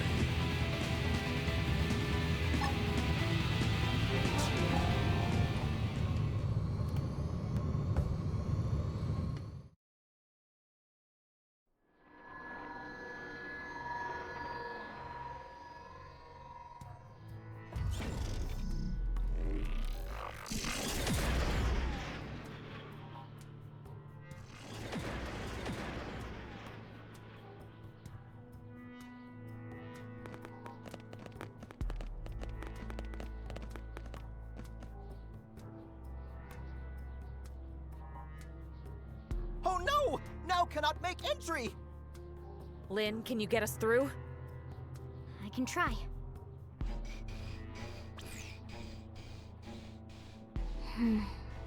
That's tough. It's got multiple layers of protection. I could probably brute force it, but it'd take a while. Something tells me it might be quicker to just track down the original release keys. In light of the situation, I'd expect the Galder who were here earlier to be carrying those. You think that's why they vamoosed? To keep us from getting a hold of the keys? I'd say it's more than likely. Tatsu cannot abide such cowardice! We catch at once! Let's run him down, wipe him out, and get back those keys! Lindley's so ferocious, like actual tyrant. Who cares?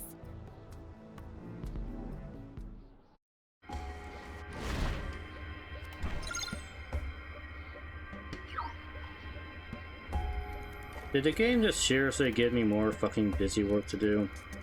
It just did, didn't it? More unmarked busy work for me to track down. Ugh.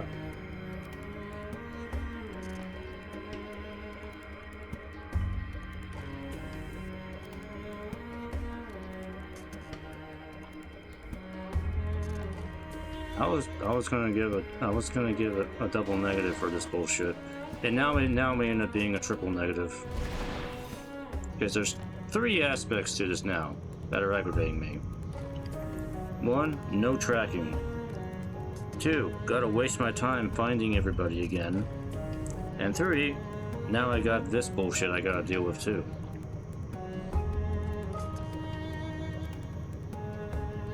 It just adds up to more and more time just doing stuff instead of finishing the game. This wouldn't have been so bad had Volitanis become available like way earlier. Like, this should have become available at the start of chapter 13, not the 3rd part, right at the very fucking end of the game.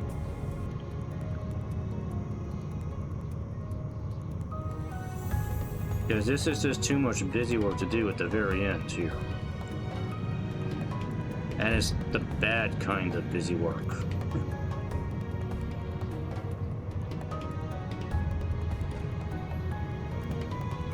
But yeah, I have no fucking idea where these Galders went. Because there's no tracking. There's no tracking of those.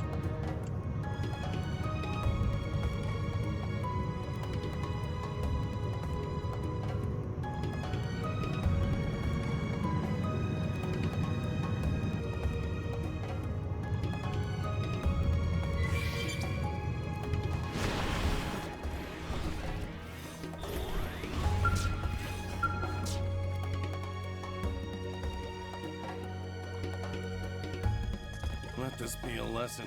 Never leave home without a full bottle of hooch. The background's pretty bleak, but I could use some liquid courage right about now. Whoa, you're still kicking? Nah, I'm not really surprised. We took a bit of bruising, but it'll take more than that to keep you down, right? That was a flare.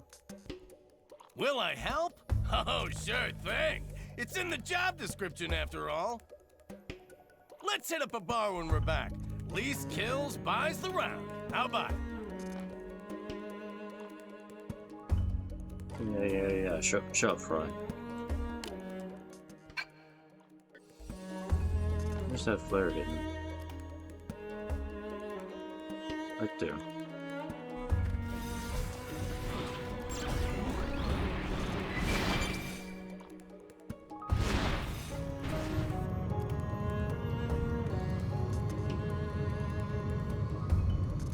Right here. Oh. Somebody was being smart and actually using their flare launcher.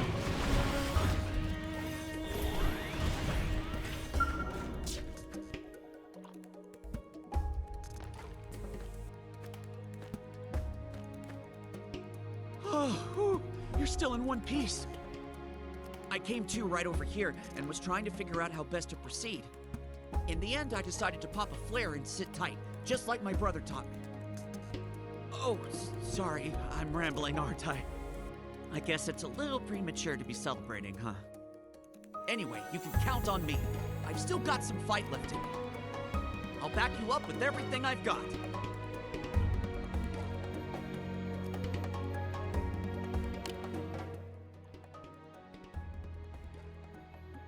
Down to 3 now.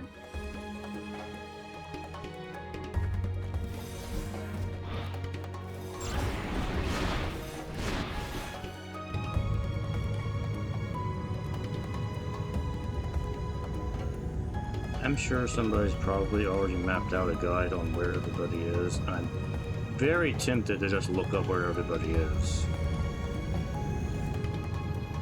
But the game isn't sure as hell gonna tell me.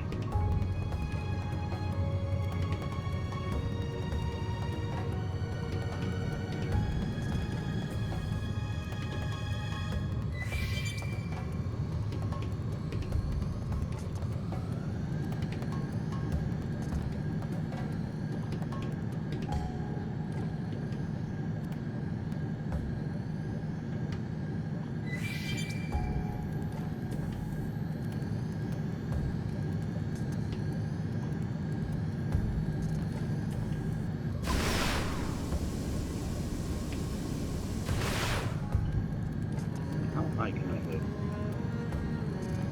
Okay, that's as high as I can go.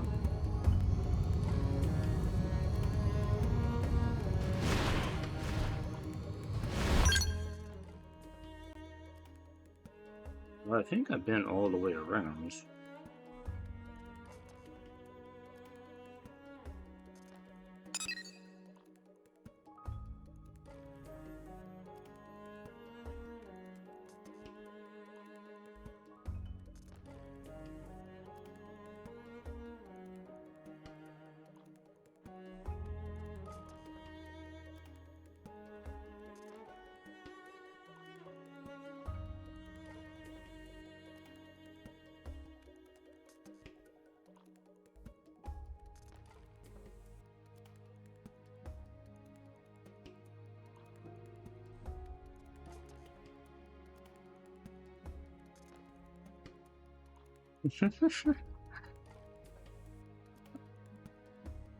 Okay, so I just googled the party locations, but just for one moment of amusement here, I want to read what Search Labs AI overview says as the answer to my query.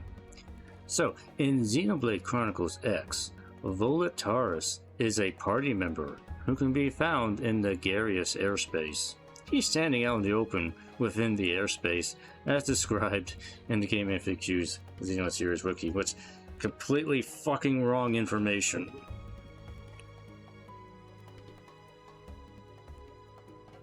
Don't rely on AI, kids. It's still stupid.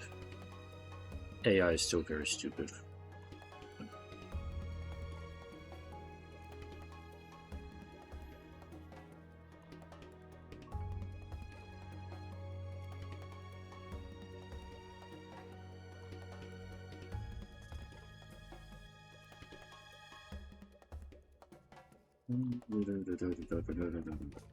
Okay, who am I missing? I got Mia. Nail.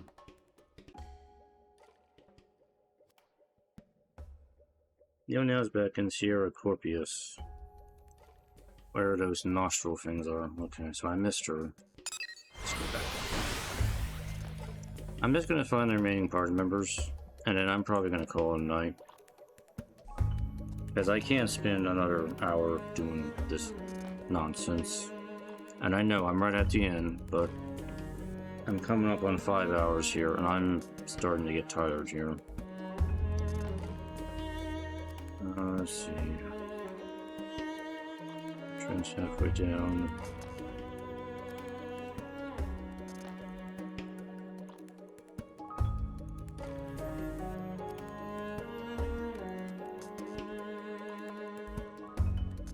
Okay, so Neil now is where that blocked off spear is over there. So there is a passage to get over to it.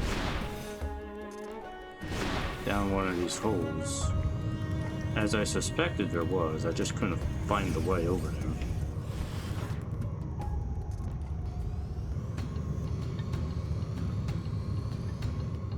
It's this way.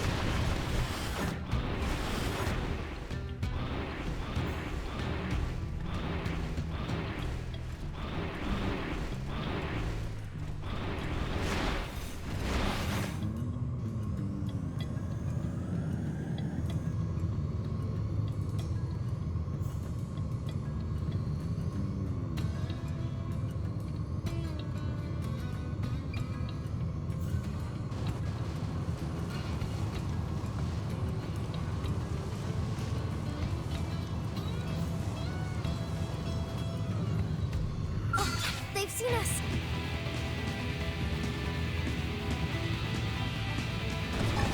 No escape! I have the high ground.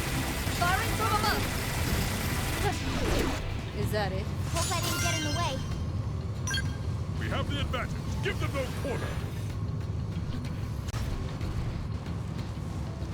Okay, there's the thing. There she is.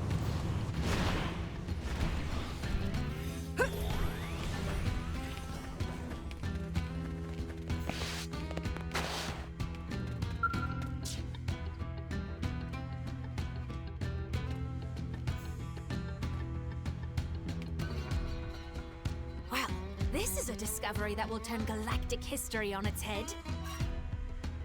And here's where we made it. To think I'd get to stand amidst genuine Samarian ruins. And then this inexplicable space. Could it be part of the rift between worlds? Oh my heart, the sheer wonder of it!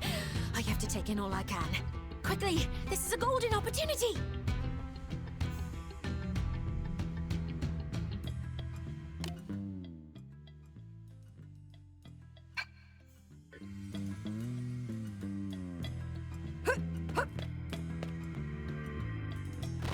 Damn it.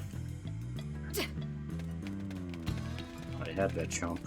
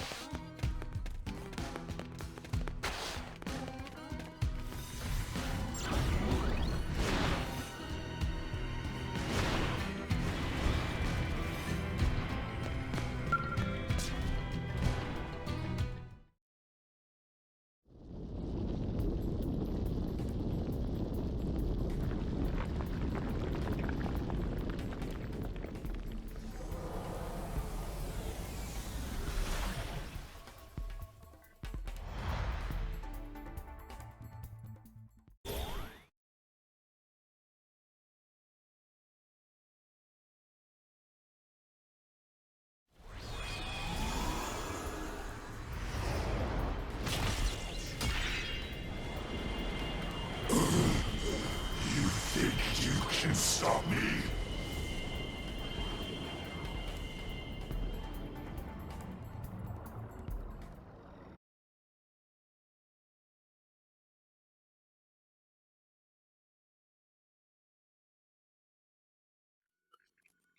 Hey, Elma?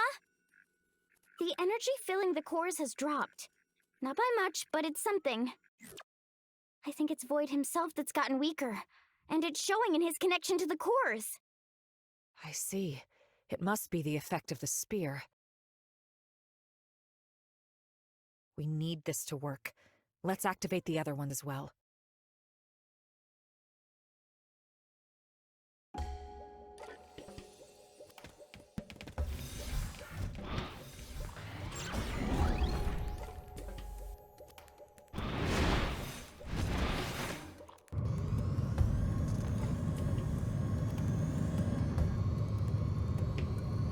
Okay, murderers.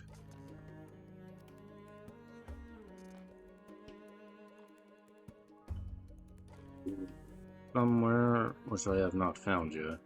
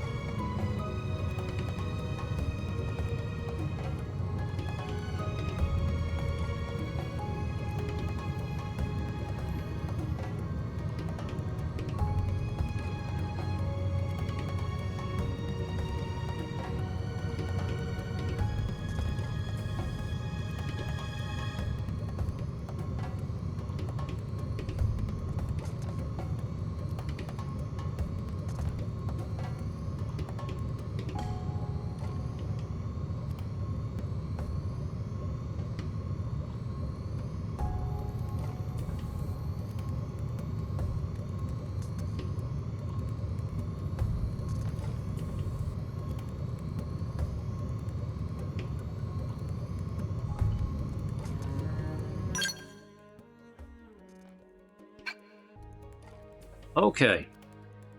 This is going to be a little weird here, because my intro for this segment is kind of going to be in the middle of this part. I know, surprise, surprise. Anyway, welcome to the next day. So. Alright, so, okay, just to recap what happened here. Basically my internet kind of crapped out right when I was getting close to kind of wrapping up, so I don't know how much got lost last night when I was streaming, but yeah. I think it cut out like right before I got Murderous. So just in case you're wondering, Murderous was over here in the Garius airspace area. So I think that's right about when things crapped out.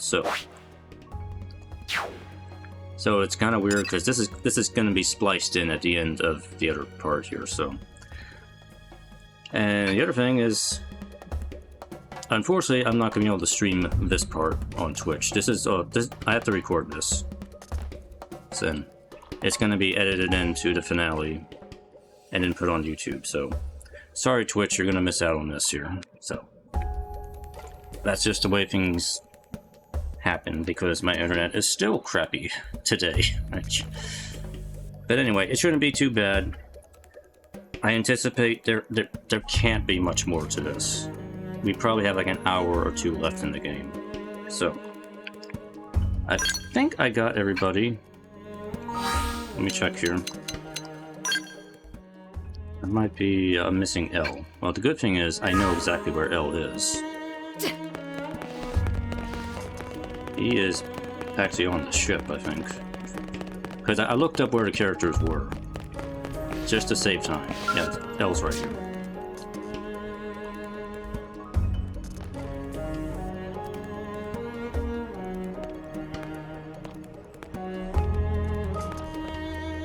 Oh, fondant greetings to you. We are glad to see you well.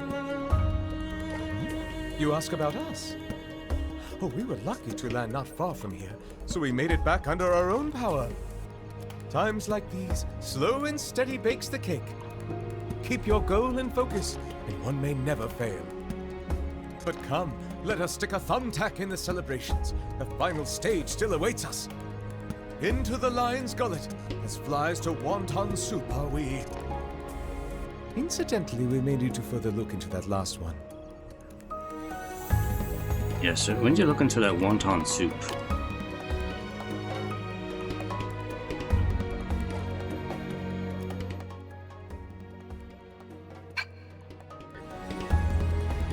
okay, so that should be everybody. Now, one thing I didn't really notice before, that somebody pointed out when I was reading up on stuff here. So all these items that the team is giving me, even though they seem like they're not particularly good, they do have 4 mod slots on them, so, or augment slots. So they could be good in that respect, I guess. And I think normally you can only add like 3 augment slots to a gear. But then again, they're all like rare quality tier, so they're not, and they're level 50, so they're not like super amazing, but maybe you might be able to make up for that by having the 4 slots on these. I'm not super crazy about them regardless, so. But anyway. You don't need to refill the, skells here, but let me take a look anyway. So the only other thing that's left is if I want to do the last spear thing, which, you know, it's kind of as I suspected. The spears are just weakening the main boss, and they're not really essential to do. In fact, none of the stuff in Volantis is essential to do. It's all optional stuff. Pretty much, I think you at a minimum have to get your skull back so you can fly around. And at that point, I think you could just go straight to the final boss and end the game. In fact, people already... I read people that have already done this before say, if you use all the spears on Void, Void is a practical pushover, especially if you have the Ares 90. So I expect the fight to not take very long at all. It might not even last a minute, but we'll see what happens here.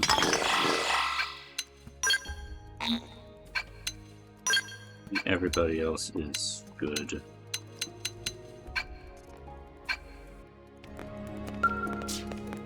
Alright, so the team's back together.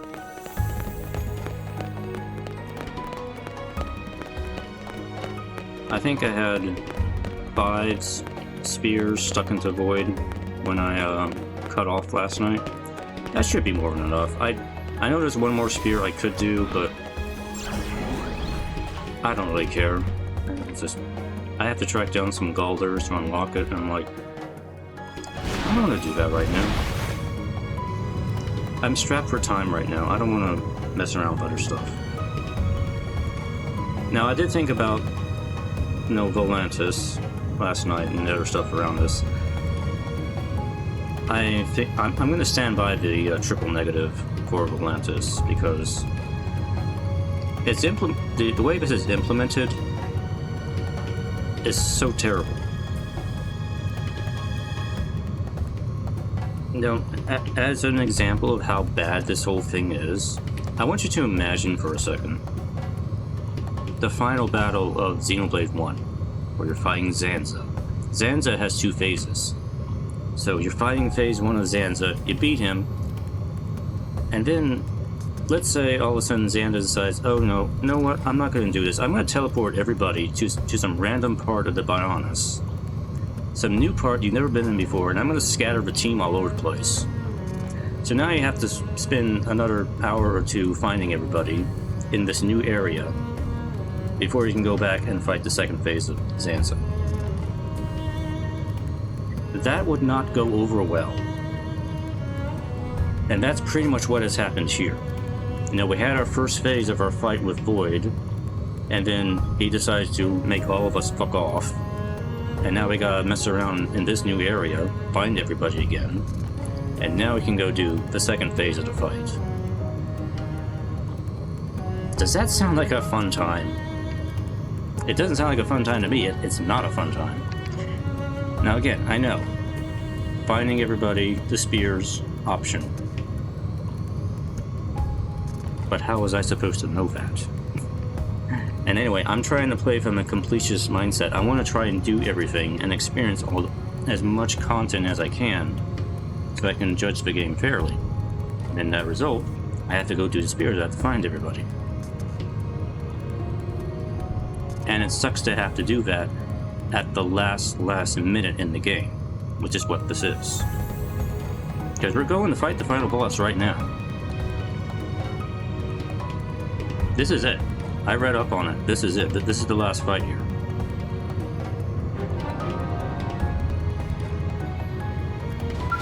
And that's what we're going to do. So I'm going to shut up about Judgment now. I've got my list of notes, positives and negatives. I'll talk about my review when we get to the end of everything here. So let's just get this over with.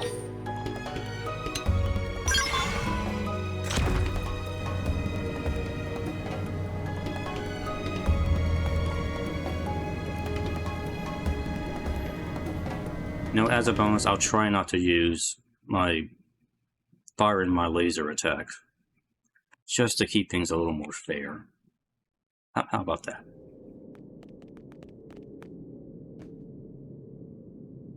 You came. There is no longer any meaning to this fight. And still your efforts to resist me do not cease. How long? For how long will you displease me? Give Al back to us, Void. Now! In mere moments, I will effect my escape. I will win.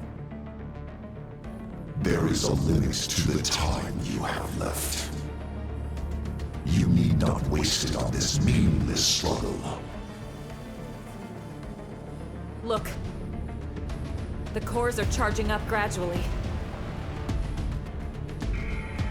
If they really are Void's power source, then as soon as they're done, he'll use them and try to make a break for it. We have to act now. We need Al. He's our only way out of this mess.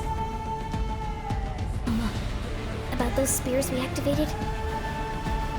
I'm detecting a lot of energy being stored within. And I mean a lot. I think if we gave them a good whack, all that energy would be released. And Void would take the brunt? Right.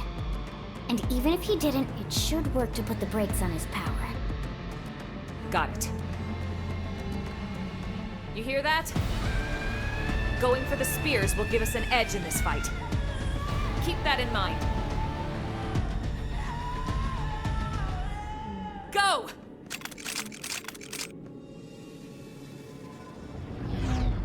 And let's break some spears.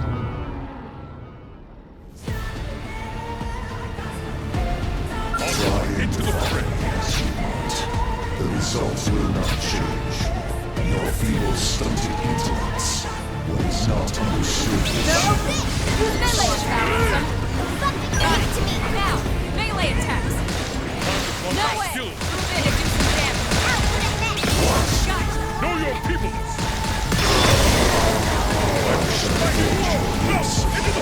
I'll make him hurt. Then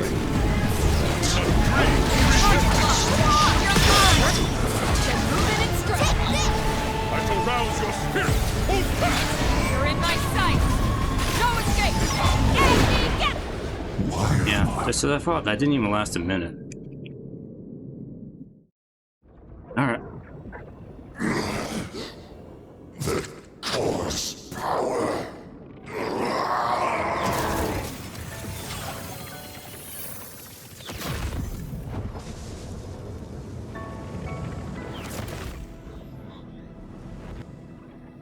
The Ares?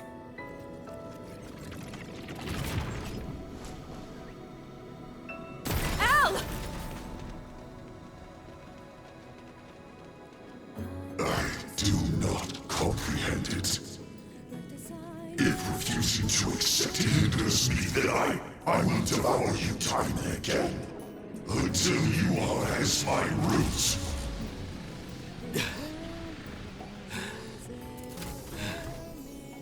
You can try. But do you think that something so hollow, as empty as you, can consume my lust for life? It's the heart. The will to live on through it all. The urge. What it is love. Have you got it in you to love? And I'm not talking marriage vows here. To love all of creation. To embrace the world and all its parts fully. Until you're ready to do that, I can't hand Ares over to you.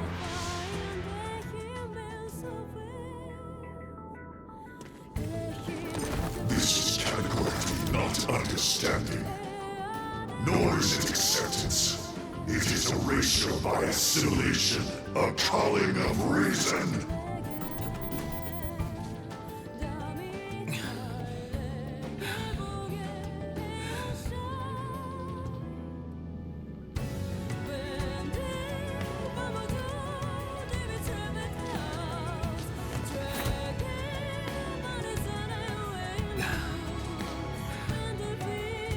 It's all right. I'm with you. You with me?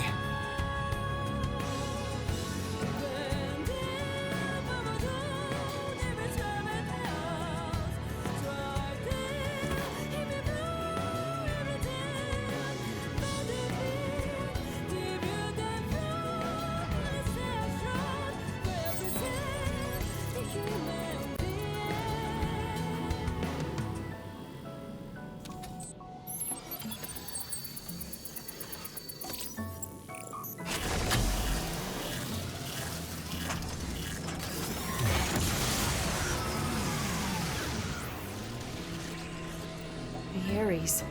It carries mines as well. It's just like the Vita. Except it was only for carrying void. But the Ares is a vessel for all sentient life. Is this what's flowing from the abyss? They've watched over me on my journey. The people of my home.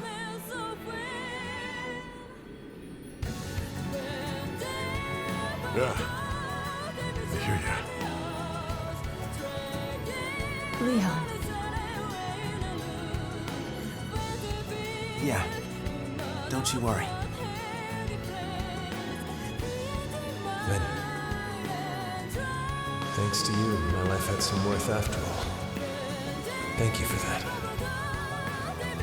Lau, you...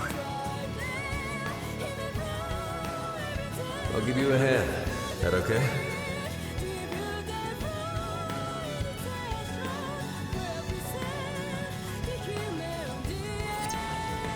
Hey, big shot. What's up? Last we met, you talked a big game.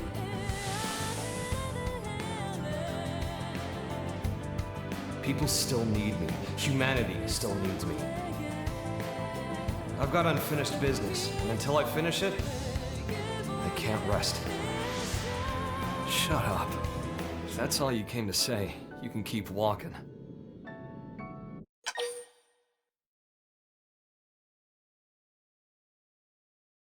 Fatal words. How's it popping? Terrible. How about you? Oh, better than him at least. Meaning terrific. Yeah. Sweet. Hit it!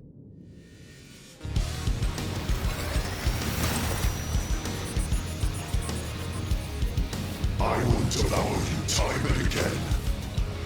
As many times as I must.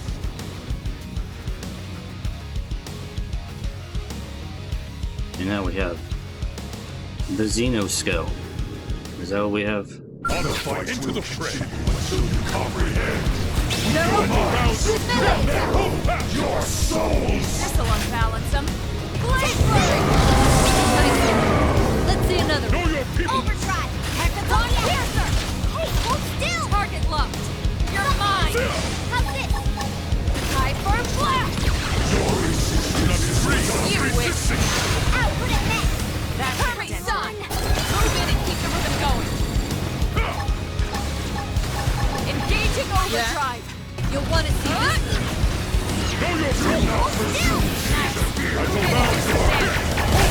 I'll make him hurt. That's how you make. You can do it. High for blast! You'll finish, boy. Victory is ours. So this is what it means.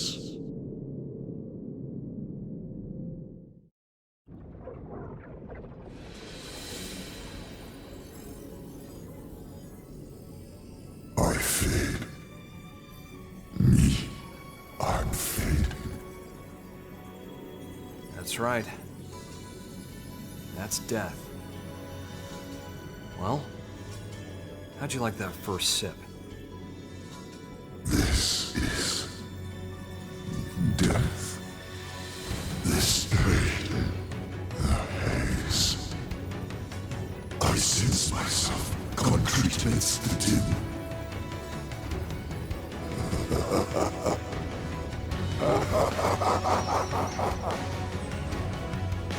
So that's it. This is death then. Oh, I was a fool. I admit it. Yes, I am not, but a fool. Such a wondrous thing, and so close at hand. Its taste. I must drink deeper. I'm happy it's to your liking. I'd serve it to you as many times as you want, but you only die once. Once? Yeah. And after that, you're gone. Your existence stubbed out forever. What? And no one will remember. You reap what you sow, pal. But where will I go? Beats me. You can ask your god. Well, that's assuming you even have one.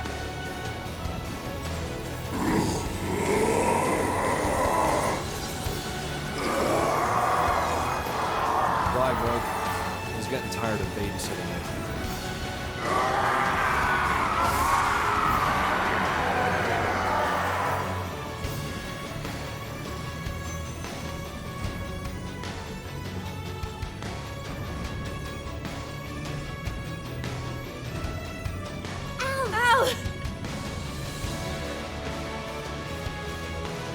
Hey, how's it poppin'?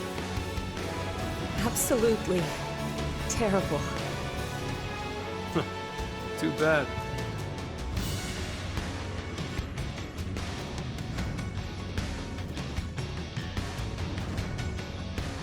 Cause I'm on top of the world.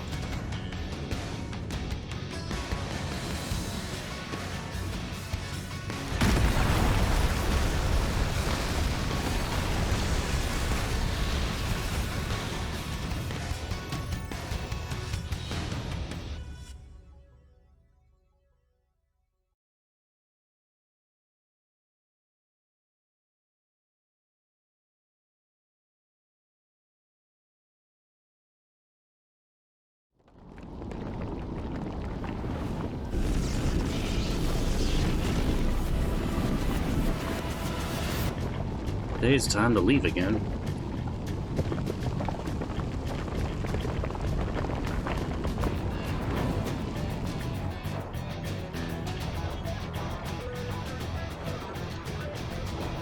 What is it now? The DMAT effect is spreading. The place is falling apart. That's going to be problematic.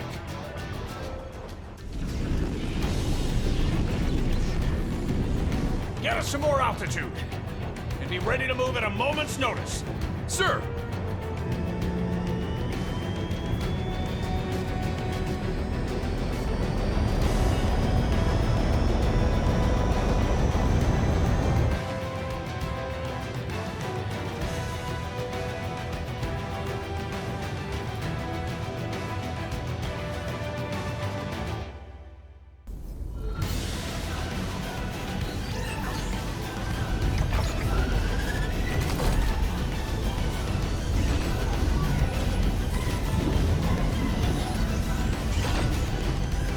In terms of DMAT damage, Volitanis has been almost entirely consumed. Worse, as soon as we leave, we're getting swarmed by ghosts. Protect the Ares. Make sure it gets to the White Hill too in one piece. Even if it costs us our lives. Will do, Colonel. Easy as pie. Natch. It'll be a stroll in the dark. Yes, ma'am. Tatsu will bring it! Guys, I'm counting on you. All units back to base!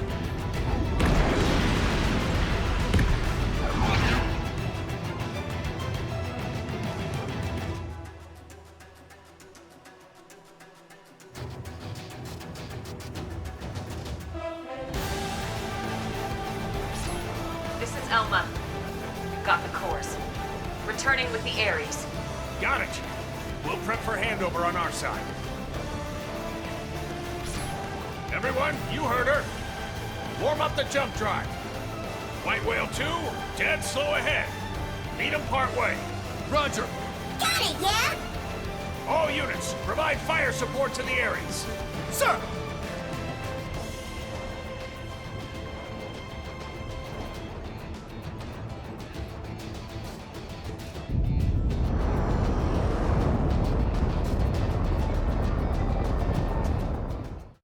I assume they have a way to get out of this thing.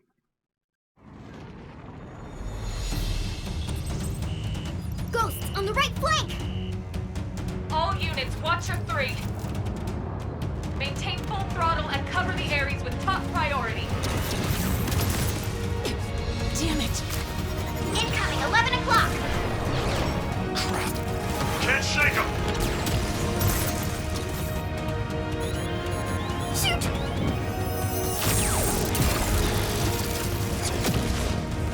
Sheesh. You took your sweet time. Oh, phew!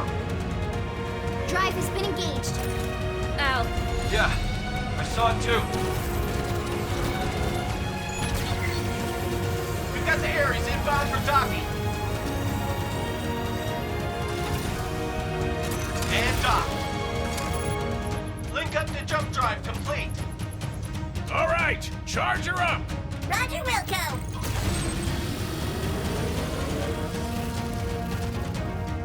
Away team, join ranks with escort group. Keep that jump drive protected. All systems A-OK, okay? Great. In that case, all we gotta do is hold out until she's charged up, try not to blow up, and we can call it a day.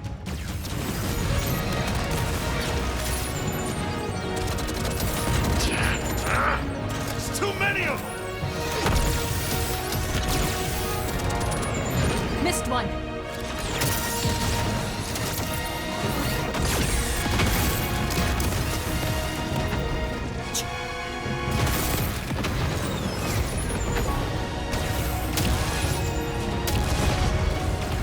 Reading ghosts on the hull! Explosion severed part of the charge circuit. Work on rigging an emergency bypass. Get in-ship engineering on it. Ares output dropping. We can't seem to get any charge! Hey, buddy. You've done good till now. Wasn't sure we'd get this far together. You're a hell of an overachiever doing that with me aboard. DMAT effect accelerating. Maneuverable space reduced by 30%. Manpower status? Casualty rate climbing 0.25% per tick. That's not good. Gah. More ghost signatures detected! No!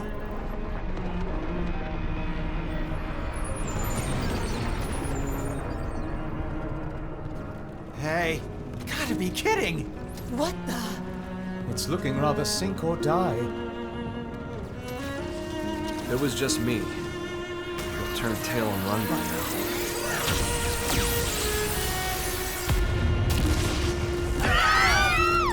Oh no, the ship! Drive compartment's been hit! Starboard escort units noting 18% losses! That's right. I'm not alone. That's why I'm still hanging on. It's why I can hold my head up high. Ares, old pal, you like these guys?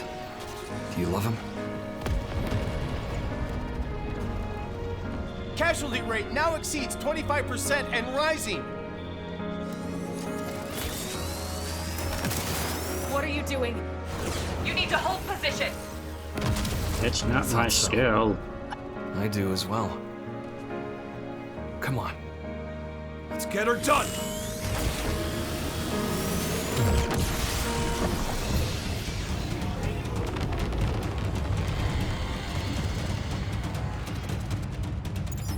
We have it, don't we? Estimated time until full charge has just dropped sharply. We're almost done charging here. Hold on. Keep it together.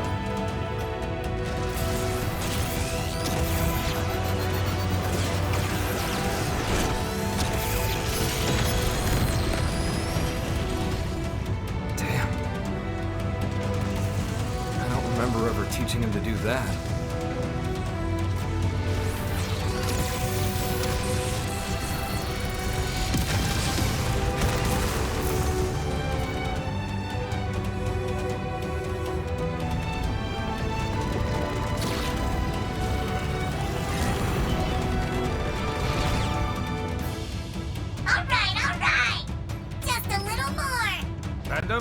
Yeah. We're moving the flagship. All hands, ready for jump. Call back all remaining troops. Sir, attention. Flagship is moving into position for jump. All units, return to base. I repeat, flagship is moving into position for jump. All units, return to base.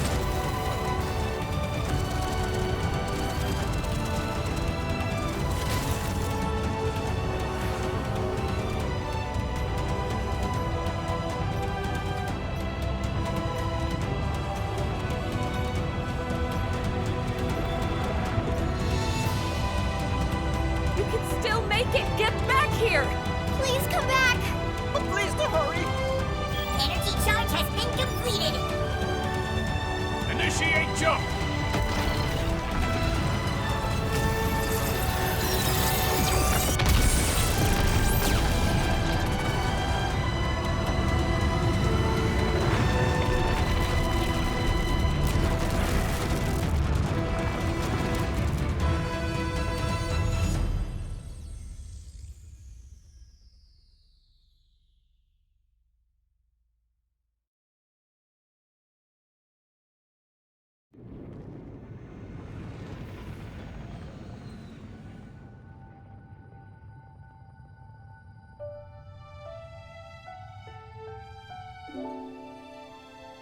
While Void had me trapped, I got a glimpse of his past.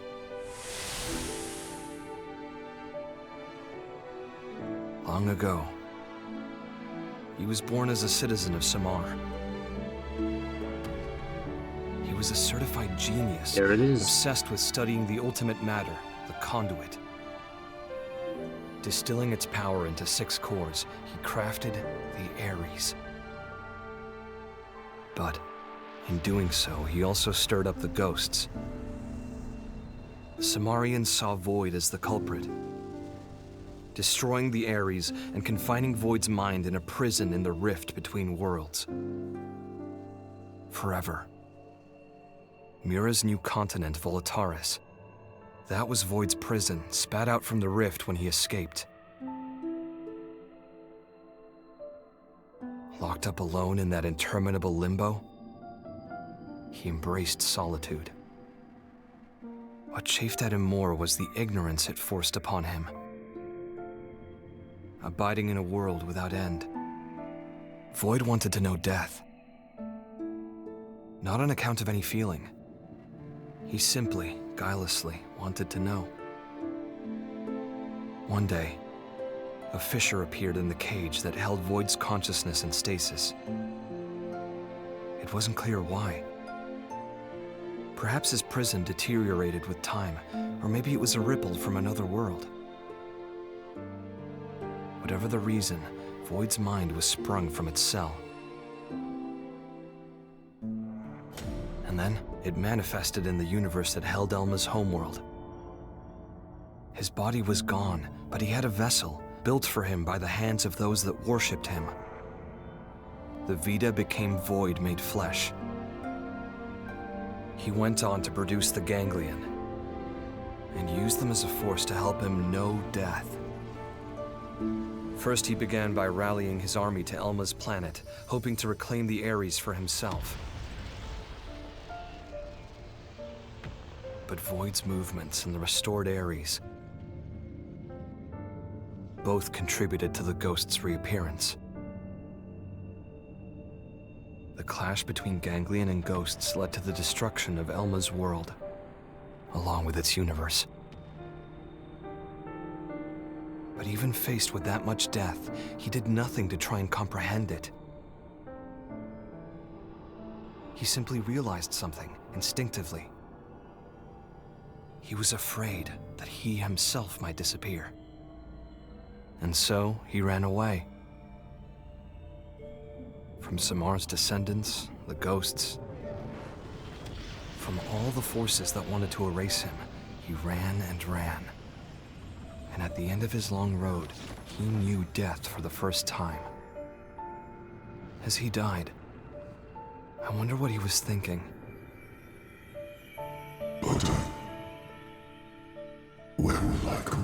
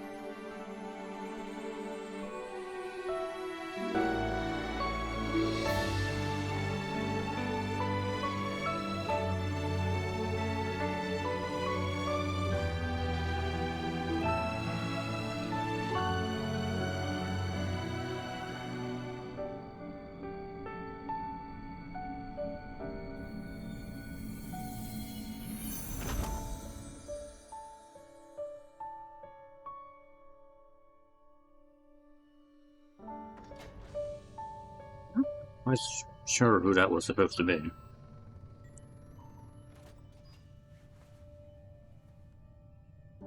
Hey, guys, you there? I kinda figured something out. That place wasn't a prison at all. I'm thinking it might have been a path straight to heaven. It exists. And boy, is it a wonderful place.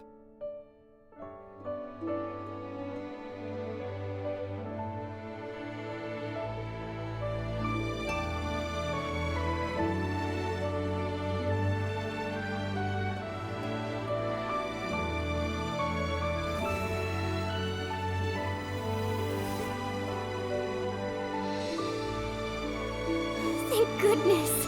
Holy smokes, you're alive! Good work out there. We thought we lost you, asshole.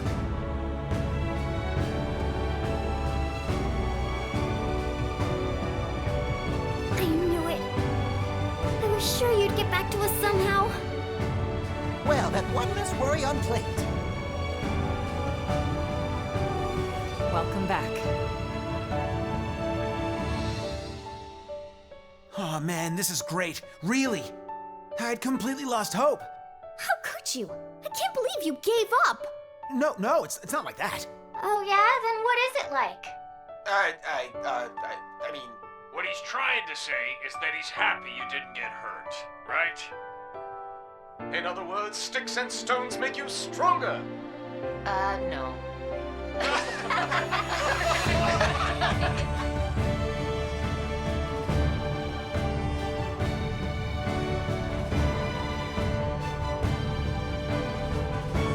Okay.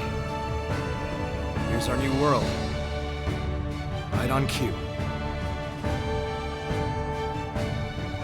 The Witch World.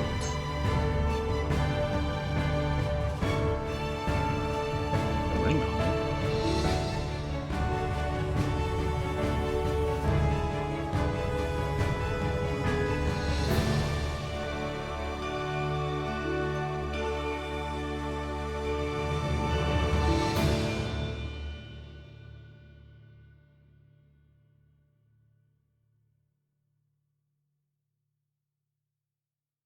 Okay.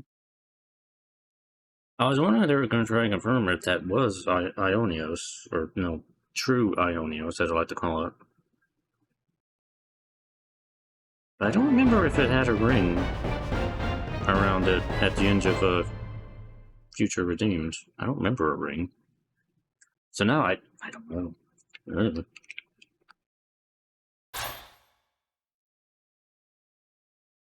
You got hollow figures. Yeah, and Familova? Familov? That is. Post game save data.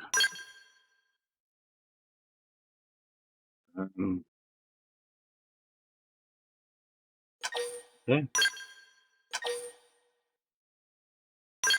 There's a star next to it. So, oh, okay. So I don't know what happens now because there's not a new game plus in this.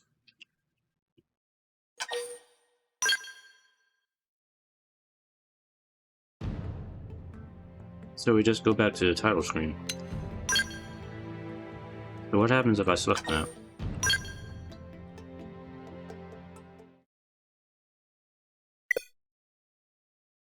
Oh.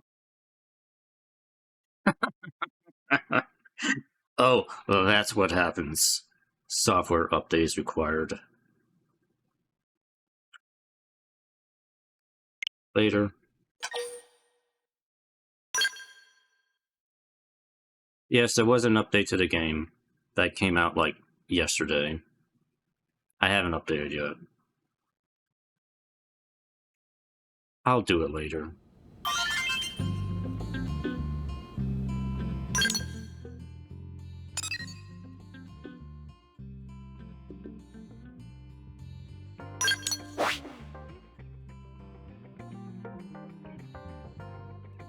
So it looks like it just put me back before chapter 13. I think that's what this is, yeah.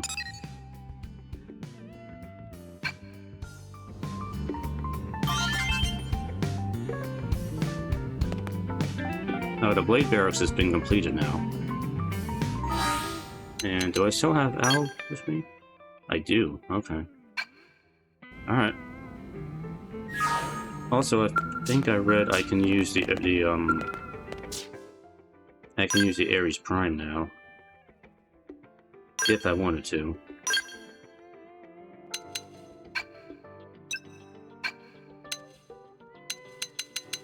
I don't think it's locked to Owl anymore. Yeah, it's not. So I can use the Ares Prime now.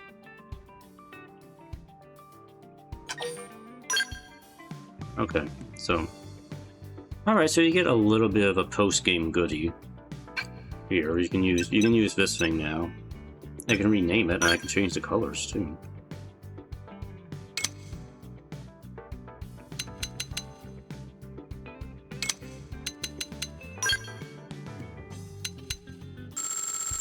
I shall make the Xeno skull.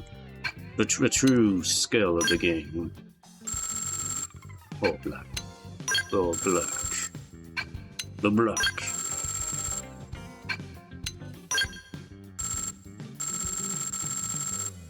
So, okay, what does that change? Hold on. Oh, it changed the color on the thing right there.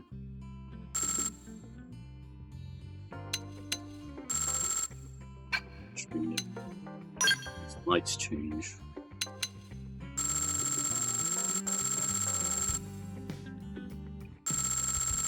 That's a little backlight there. So I can't really change the purple color on this.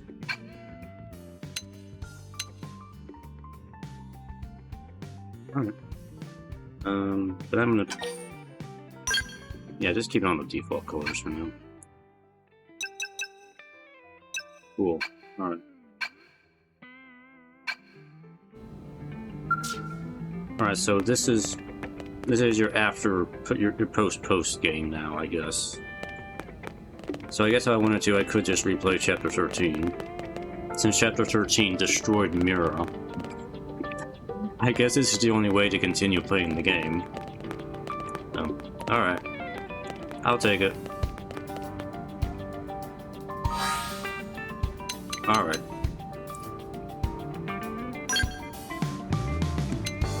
Turn to the title screen. Okay, let's talk review here.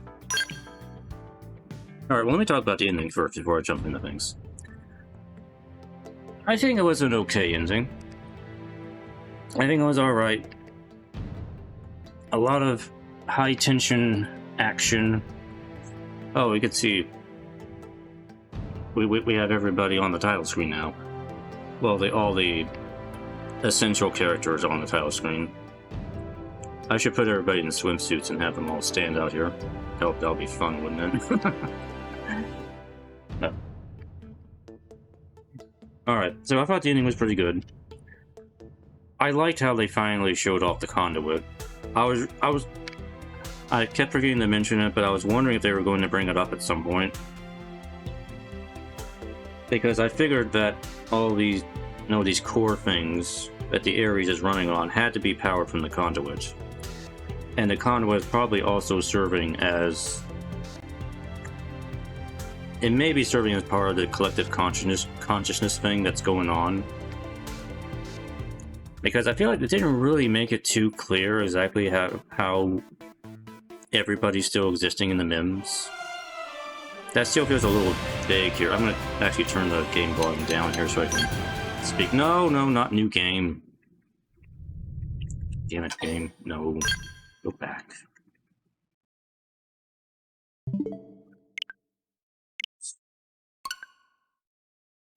Fine, update.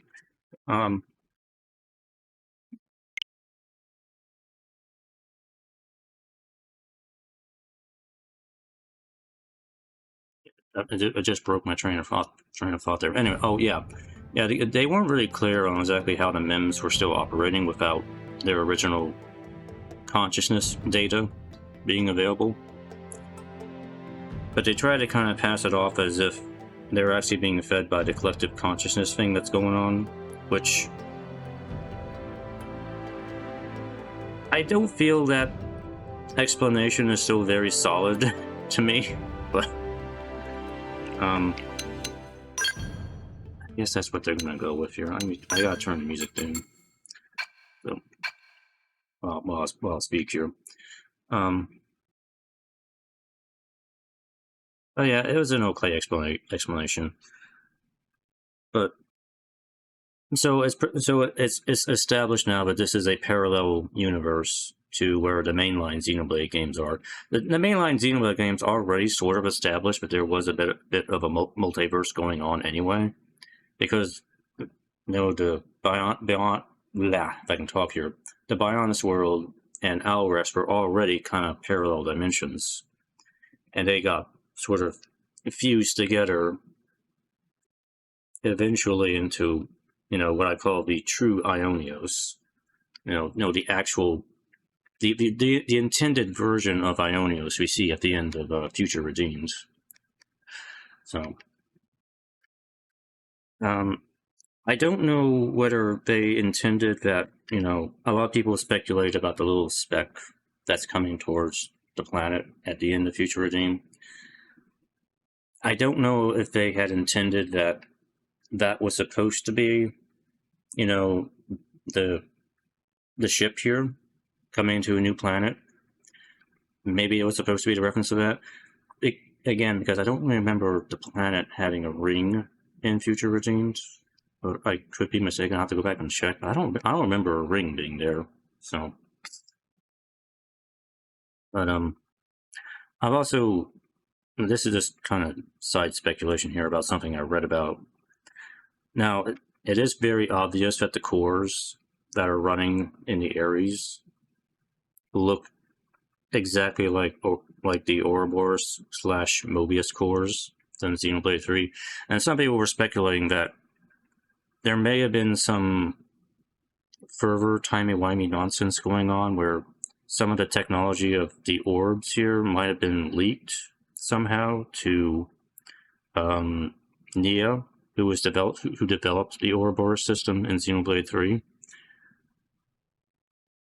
There's still a possibility that theory might hold some weight, but I think it's gonna require some confirmation from somebody like Takahashi if that is actually what happened. Because as far as I know, it still sounds like Nia developed the system on her own, but you can't deny that they kind of look the same. And people have noticed that the weird Ouroboros humanoid, whatever it is, you see in Future Redeemed that that tends to get summoned at the end of the game, looks a bit like what the Ares looks like without the armor on. I think a lot of people have been trying to figure out what the exact shape of that thing was because it's so vague looking. But people have done side-by-side comparison, and it does sort of bear a resemblance to the Ares. So there could definitely be a connection there, I think. So, but you know, I think it was a nice big spectacle ending. There was a lot of really good spectacle moments in the epilogue. I got to be honest about that. Some really good action scenes. The appearance of the ghost was a good scene. Especially the whole evacuation of NLA, the destruction of Mira, destruction of NLA. That was a pretty good scene. I like that. And again, we had some good scenes here involving the ship. The ending here, the escape from Volitanis, everything. So, as much as I may have some technical problems with the gameplay side of the epilogue, story-wise and cinematography-wise, it's pretty good. It's pretty exciting to see. So I gotta give it some credit, and I do give it credit in that area. So, but all right, enough of that here. So, unfortunately, it's kind of hard for me to keep this thing recording while I look at the list here. So, it's gonna be paused on that for a moment here. So, because the way I got this thing set up, it can't run while I look at something else. So, I'm going to talk about positives here. I'm going to talk about the biggest positives here for me for Xenoblade X here. So, first, is it still running? Oh wait, it's still running for me. It's going to be frozen on the screen here while I'm recording. Anyway, I'd say the biggest positive is the world design. Mira is just a vast and huge place with lots to explore, see, and do. And I think they did a really phenomenal job with that in this game. I can see where Nintendo got the idea for Breath of the Wild from this game. Because Microsoft went in and helped develop Breath of the Wild. And they most likely used a lot of the stuff they learned when developing Mira into developing Breath of the Wild. And later on, Tears of the Kingdom. Because this game feels very similar to Breath of the Wild in terms of the vastness and the exploration and just checking everything out and doing every little thing around it. Mira is definitely one of the highlights of this game. Some other good points. I like that there's a bestiary in the game. I wish all the other Xenoblade games had one. It's pretty decent bestiary in this game. I really enjoyed it. I wish the other games had it. Lore P is pretty good. I don't think the other games had a lore P in them either, so again, a couple things this game has that the other ones don't. There is a bit of a choice system. It's not really a big deal. I mean, you can't really drastically change anything, but there are some choices you can make. I do appreciate that. I know there are different choices you can make in some of the quests where some NPCs can live or die depending on the choices you make. It adds a little bit to the replayability, but not a whole lot, because you can't really change the main storyline or anything like that. It's not going to be like, you know, Dragon Age Origins or anything like that, where you can make drastic changes to the storyline. But there's the white whale. I want to show that real quick here. Yeah, see, there's the white whale. As I was talking about before, the white whale in scale to the rest of Mirror, but it's kind of hard to picture it here. But you gotta remember, the white whale is like way up there in the sky. That thing's probably as big as Void's ship was, maybe even bigger than that. So just to kind of give you an idea what the scale of the white whale is. All right, other positives here. I'm just going to take some of the major ones here. So item tracking is a good feature to have. It's a huge help. I like that. The music is very good. While it is different from the usual, you know, Yasunori Mitsuda or Ace work that we're used to in Xenoblade, I think the stuff that Sawano did here is still solid, and he has a lot of bangers in here. And I really enjoyed the soundtrack of this game. The online modes, I gave some positives for the online modes, mainly for helping to farm material tickets. You can, you know, craft the really high-end gear in the post-game, which it does kind of lead to a bit of a negative, which I'll get to later. There were some good story moments. Reveal of the Mimiosomes was a good moment. I like the variety of alien races and how they're all different and distinct. They have their own way of talking, their own way of thinking and behaving. I think they did a really good job with that. So they didn't really fall into the trap like Star Trek does sometimes. They're just making everybody, you know, just humanoids with makeup on, and they all behave like, you know, or they're more like caricatures of human behavior. So I think Molotov did a good job with the alien races here. And I gotta be honest, I'd be really curious to see them do a pure science fiction game like this again, because I think they could do a really good job with that.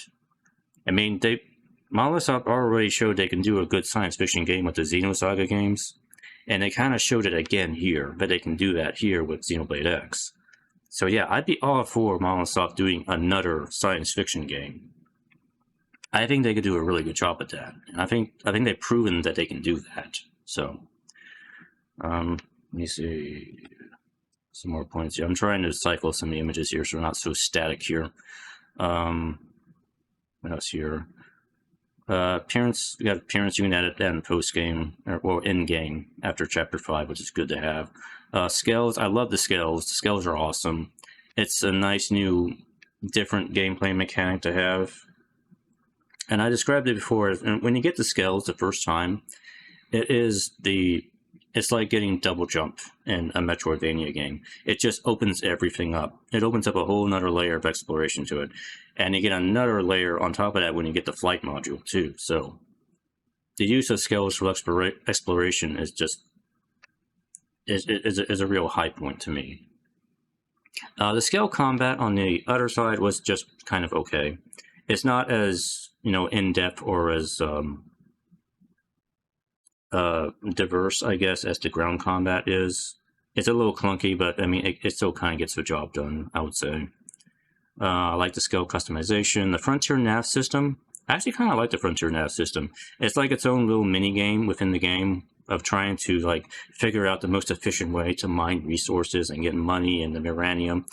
It's pretty fun. I actually like the Frontier Nav system. It's a nice little diversion, and it's an interesting way to gain resources and money in the game, aside from just, you know, completing quests and killing monsters, which is what you would normally do in most games. So it's a nice way to do that. Side quests, most of the side quests are pretty good. A lot of people said the side quests are what make up the meat of this game, and I would, and I agree with that conclusion here. Not all the side quests are great. Most of them are kind of averagey fetch quest sort of things, to be honest. But there are a few standout ones that I think were pretty good and definitely worth checking out. And there's lots of interesting side quest chains as well, where there's a series of side quests that kind of tell their own side story as the game is progressing along. Online, I already talked about online. I like the way Lau was handled in the game. I do wish there was a way to keep him playable again. It would be nice to have him back, but yeah, it is what it is. The way they characterized Lau's betrayal and despair and why he did what he did, I think, was handled pretty well. The build variety of the characters between the classes, all the arts and skills you learn. You obviously cross the main character, most powerful character, because they have access to the most variety of skills and arts, so they can do quite a lot. So there's a lot of build variety besides just doing long sword and dual guns. There's a lot more you can do besides that to make your character broken. That's just the easiest combo to do. But I've seen people use other powerful combos of weapons to create their own unique combat arts. So there's a lot to play around with there. Let's see, story, factionalism. I like how factionalism sort of was portrayed a little bit realistically in LA. As you know, Xenos kept moving into the city. Like, not everybody got along, and some psychopaths sort of came to light as a result of it. So I like how things were a little chaotic at some times because of that, and it had a little bit of a realistic twinge to it. I generally enjoyed the main ending of the game. It was alright. Left a few clues open. Yeah, Luxor's rationale I think was playing pretty well at the end here. Epilogue stuff. Mostly just the spectacle moments, and I generally enjoyed the ending of the epilogue here. So yeah, all in all, it's going to be over 80 positives for me. That's a lot of positives, but then again, it's also a pretty long game too. I spent over almost 240 hours now with it, so it's like, yes, this is the longest Xenoblade game. But that's the good stuff. What about the negatives? What about the criticisms here?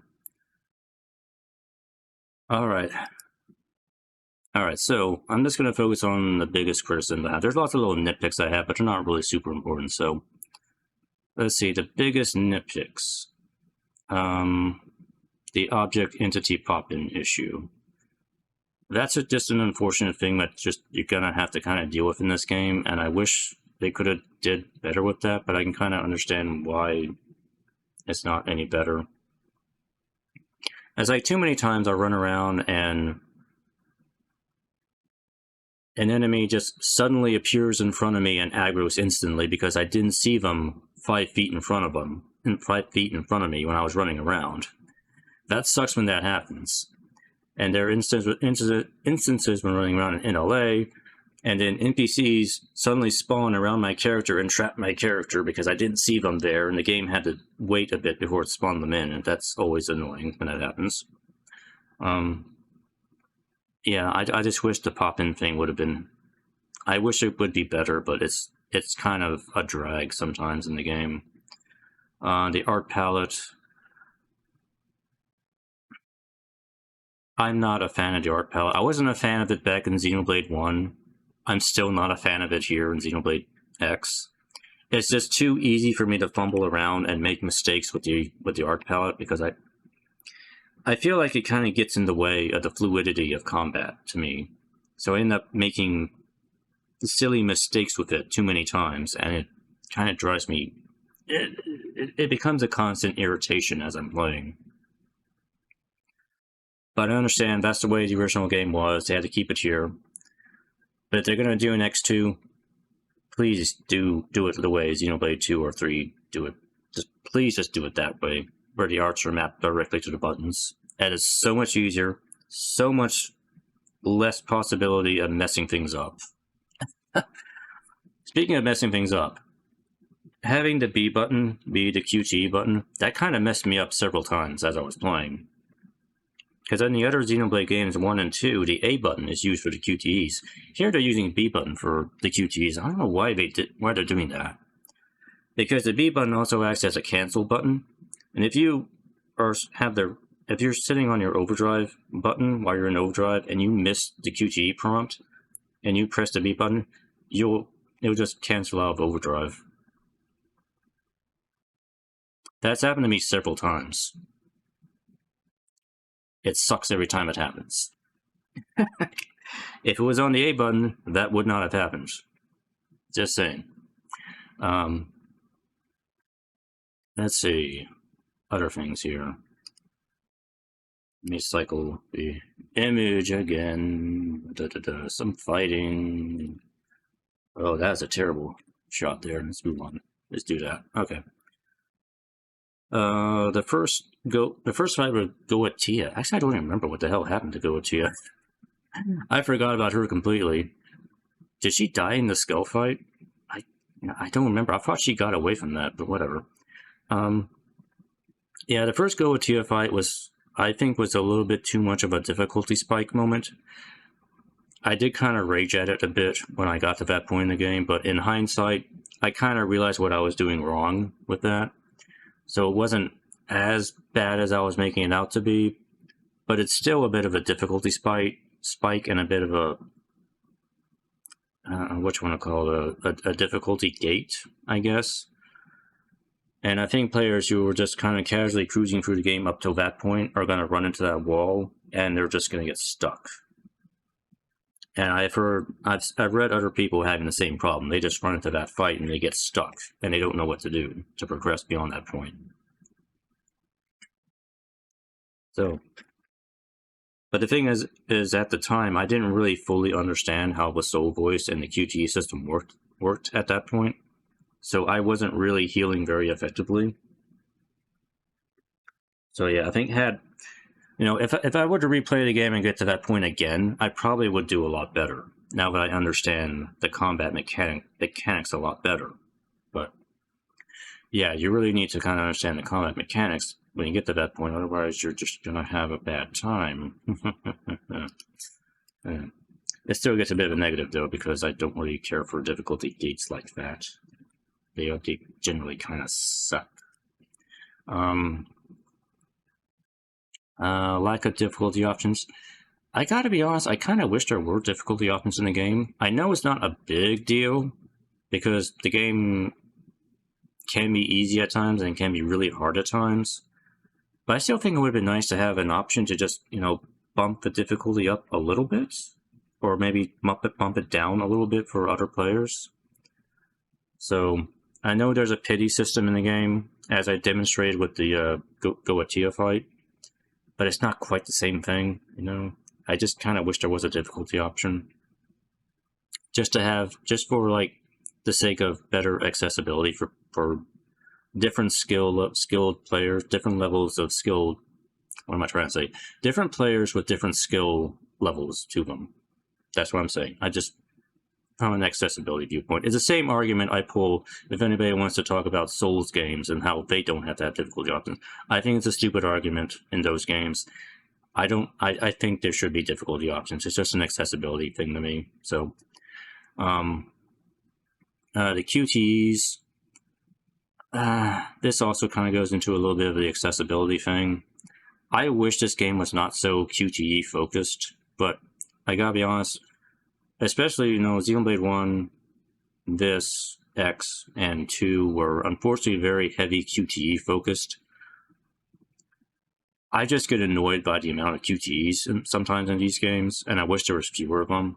I'm glad Xenoblade 3 started to move away from the QTE stuff, because, and I know this is just my situation here, I have to play off of a captured card, so I always have a slight bit of delay when I'm playing, and I have difficulty with the QTEs because of that. So I just wish the games weren't so reliant on the QTE system.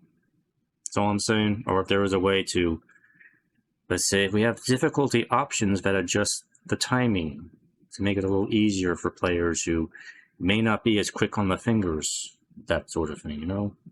Again, having a difficulty options would be a good thing here to address that.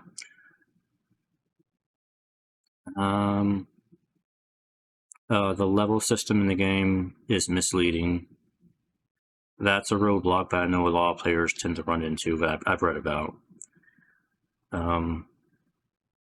Levels are misleading. People will tell you levels don't matter. Gear matters, which, you know, I do agree with to some degree. I agree with that conclusion. The running away mechanic in the game is not very intuitive. You know, you need to jump around like a madman before you get a skill, and that's usually more effective. And I think what is going on a lot of times with the running away mechanic in the game is enemies usually have a pretty large attack range to them, to their arts and everything.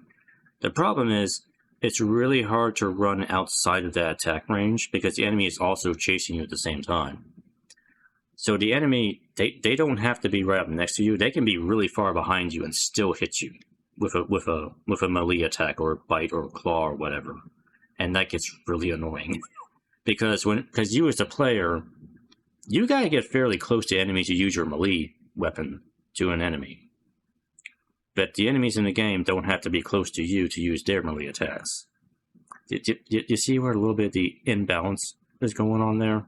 So, but yeah, back to the running away thing. I think some of the issue is they have this sort of spherical range of attack that is around them.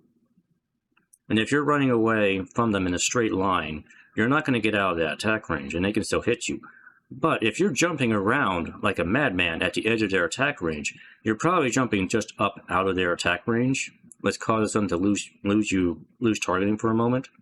So then you have to try and get close to reassess you again. Then you jump out of their attack range again. They lose you, they got to reassess you. And if you can keep that up, you can run away from the enemy. And I think that's what's happening. At least that's my theory about what's going on as to why jumping around seems to be more effective than just running straight away. But you know, as a new player, intuitively, you would not know that. I only figured that out because I read about it from somebody else who suggested doing that. Who suggested jumping around while running away, and it works. It just works for some reason, and that's my only theory as to why that works. Besides jumping off a cliff, which is not always an option, you know. What else we got here? Oh, the level recommendations for the quest. Okay, this is something I had to give a double negative for because it's not the hugest deal, but this is something that threw me off a lot, and I've read about other people. It throws a lot of other people off. You pick up a basic quest that's like level 8. It's a level 8 recommended quest. It tells you need to go find this item by killing these enemies, and then you follow the quest marker, and the quest marker points you to go fight level 50 enemies to get that item.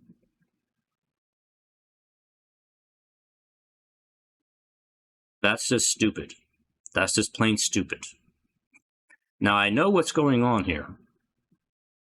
The game's quest targeting system is automatically going for the nearest spawned enemy that fits the parameters of the quest. And sometimes that just that ends up pointing you to enemies that are way out of your league to fight at that point in the game. And the thing is, new players aren't gonna understand that. They're not gonna know what's going on. They're gonna be like, what, why? Why do I have to fight this thing? But I feel it almost feels like a bug to me. I feel like this could have been tweaked. There could have been some sort of filter added to the quest system to make sure make sure that the quest is targeting enemies that are within the level parameter of the quest, instead of pointing to things that are way outside the parameters of the quest. I just feel like it's a little bit of an oversight or a bug to me, and yeah, I have to give a couple of negatives for that. So that could have been done a lot better, in my opinion, because it threw me off a lot. Let's see, other things, shop.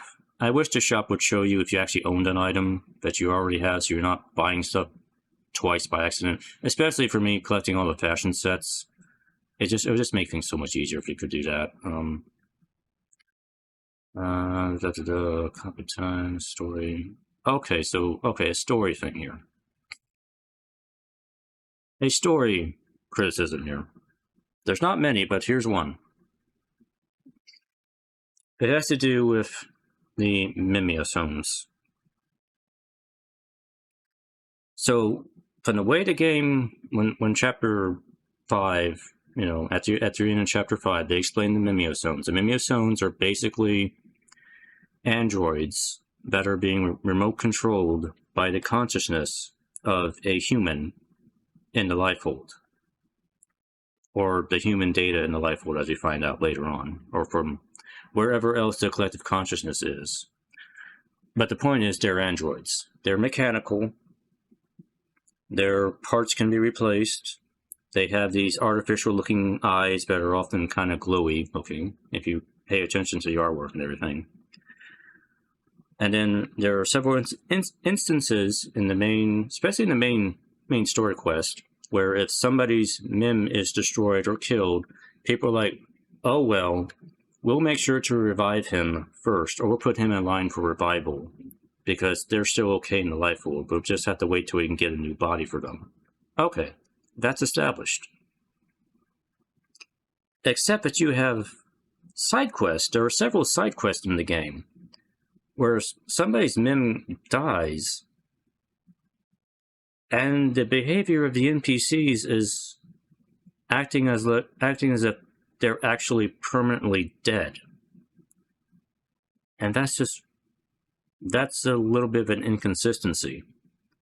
Like, for example, I know I didn't show this one on stream, but the quest to get Elle's augment shop unlocked, the lady who was in charge of that place beforehand, she's like, oh, well, it's me, my husband, the Pathfinder, he went off to do stuff, and he died, and now he's dead, and he's never coming back, and I'm going to be depressed forever. And I can't help but thinking in the back of my mind as this is going on, lady, you know he's not really dead, right? It's just his Mim was destroyed. He's still alive in the Lifehold. Why are you acting like he's actually dead? And I don't understand what's going on in the story here. That's not the only quest that has that problem. There's a few other quests in the game that have this problem. The only thing I can come up with, and this is a weird thing, if this is actually the case, is that the writers for the side quest didn't know that the characters are Mims. Because they're writing them as if they're just humans, not Mims. It's like they weren't really sharing notes with the writers of the main story, and like they didn't know that these characters are just androids. So I was like, what? And like I said, it happens multiple times throughout the game, and I had to give a couple negatives for this, because this is something that should have been caught in, you know, editing. Why was it left like that? It seriously sounds like the writers for SideQuest are writing the characters as if they're actually humans and not androids, which is weird because the characters in the main story behave as if they're in androids. They understand they're in Mims. But some of the characters in the SideQuest don't acknowledge that, and it's a bit of a distraction, and I don't know why that happens so often in the game. But anyway. Yeah, so a couple of negatives to the story because of that, because it happens so often. RNG grind, yeah, I hate the RNG grind with the drops and the squad mission selection and everything. It's just, I don't really like RNG. See. Online, okay. The negative with the online thing, material ticket farming. Yeah, if you don't have online to do material ticket farming, you're going to have such a hard time grinding out the materials to craft things, especially when you get to like the late game or post game. I don't even want to attempt to do that because it's going to take way too long to do. I like that the online gives people an easier way to do that, But if you don't have the online, I don't know what you're supposed to do. I really don't.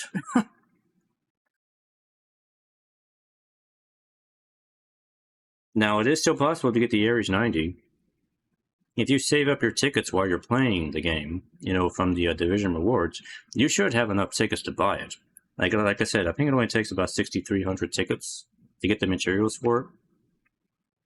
But if you're trying to save up, if you're trying to grind out, you know, other stuff, you're going to be waiting a long time. Yeah, and I just don't know how else to see that except being a bit of a negative. So yeah. Let's see. Automatic knockback. Oh yes, this one. I want to talk about this one for a moment here. All right, so there's this automatic knockback thing that kind of happens when you're around larger enemies. It really gets annoying, especially if you have an attack that automatically moves you forward. Usually the melee attacks will automatically move your character forward to attack an enemy. But if a big enemy has like this automatic... If you touch a big enemy while you're trying to do that, it completely interrupts your attack and knocks you back. And then you have to wait like 3 or 4 seconds to get your bearings again before you can do anything. It happens in the scales, it'll happen on foot. It'll even happen in cockpit mode, which is really annoying. I don't know why they did it that way. I just hate it because it messes everything up in combat way too much. I'm fine with knockback if it was just like an art or an attack that the enemy does that causes knockback. I'd be okay with that. But to just have the automatic knockback happen just because you touch the enemy. What is this? Are we back in the NES days where you take damage by touching an enemy? Like, come on, Monolith Soft, what are we doing here? That's so silly. It's so silly and annoying, and I wish that this game did not have that. It's just dumb. What else do you have? The unmarked quest issue. Yeah, there's a lot of quests in the game that don't have proper quest tracking or tracking with the follow ball. That just gets so annoying whenever that happens. It just makes the quest take longer to do and forces you sometimes to go Google things, look things up on what you're supposed to do. Yeah, there's actually 3 quests in the game that are especially aggravating to do here, and I'm going to list them out for you here. First off, there's the off-the-record quest. You need to kind of do those quests in order to get the treasure skills to unlock certain treasures that are in each area. Those things are completely unmarked, untracked. You have to read the clues, you got to figure out where you're supposed to go, what you're supposed to do to get those things to get those quests completed, and yeah, just save yourself time. Just look up a guide on how to do those. You're gonna pull your hair out trying to figure those things out. The other 2 here, well, okay, this quest, the lobster quest, the Rise of the Blood Lobster. Again, no tracking. There's like almost 100 different items to find across NLA. Again, it's just one of those things. Just get a guide to do that because it's just going to take way too long to do on your own. And lastly, the third quest is the one I don't hear anybody talk about enough. Trade agreement. You want to guess what trade agreement involves? Yes, you know while you're playing in NLA, there's all these little hints and talk about this mirror card trading thing that's going on, this trading card thing. Yeah, that's what trade agreement is about. But it's not actually you playing cards. It's about you going around trading cards with NPCs. And it's all untracked. So you have to go around NLA, talking to NPCs, trying to trade cards to get this special golden hippo card or whatever for this one NPC. And the thing is, I've actually looked. There's actually a flowchart of trading you can do with every NPC. It's very easy to fall into a logic loop where you just keep going in circles with the trading. Yeah, that's not good. So unless you're following the flowchart, you wouldn't know, you could very easily end up wasting hours of your time trying to figure out the exact order of people you need to talk to in order to get that quest completed. So yeah, I still think that's probably the worst quest in the game, in my opinion, because it combines the two things I generally kind of hate, which is no quest tracking at all, and it involves a card game. I just hate card games in RPGs. I do. I've hated it ever since Final Fantasy VIII. I don't like card games in games. The only exception was Gwent in Witcher 3. Gwent was actually fun in Witcher 3. That's the only exception I've ever found. But every other game I played that has a card game in it, I have hated. I just hate it. Even though technically we're not playing a card game here, we're still doing card trading, which is not too far off from what a card game would be, but it's still... I just hate it. I hate that quest. I have not heard enough people talk about that one. But anyway. Let's see. Let's just move on here because I want to wrap things up here.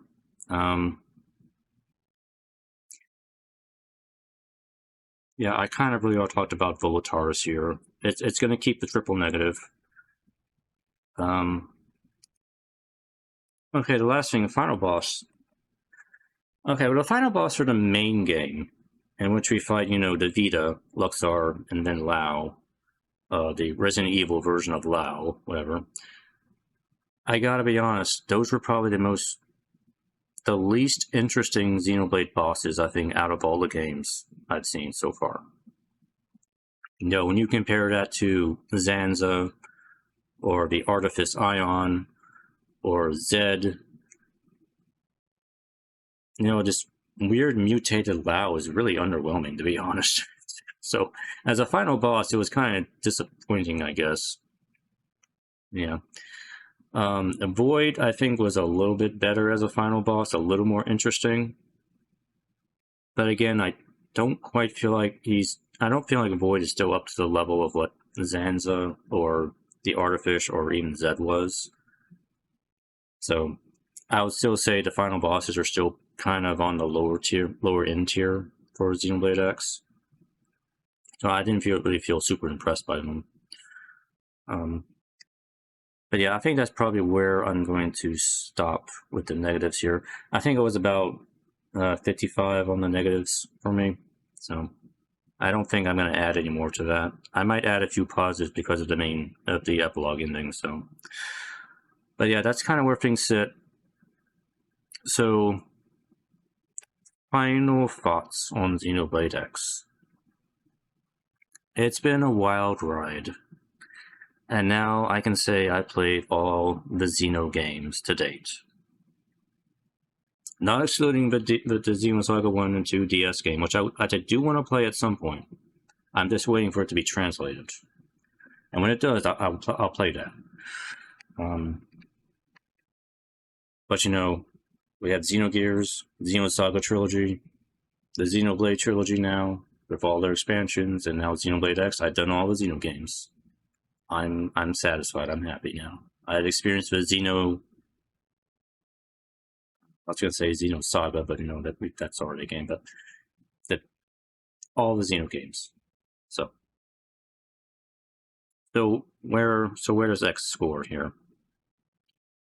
I'm gonna admit I was kind of debating between a 9 or an 8 on 10, a 9 or 8 on this one. But the thing is, it's gonna end up being an 8 out of 10 for me. And unfortunately, the reason for that is because I got so pissed off at the Volitaris part of the game that if that had been handled better, I think I probably would have kept the 9 out of 10 on this. But because the Volitaris part was implemented so badly, it's kind of ruined a little bit of the ending for me. So, and there's also lots of little niggling little things that kind of bug me while I'm playing, like the art palette. I don't like the art palette. I don't like how levels are misleading in the game. I don't like how the quests don't points you to the appropriately leveled enemies and things like that. And but it's not to say there's not a lot of good stuff here. Like I said, there's 80 plus positives here. The positives way outweigh the negatives here. So it's still a very good game. It's still a very good Xenoblade game.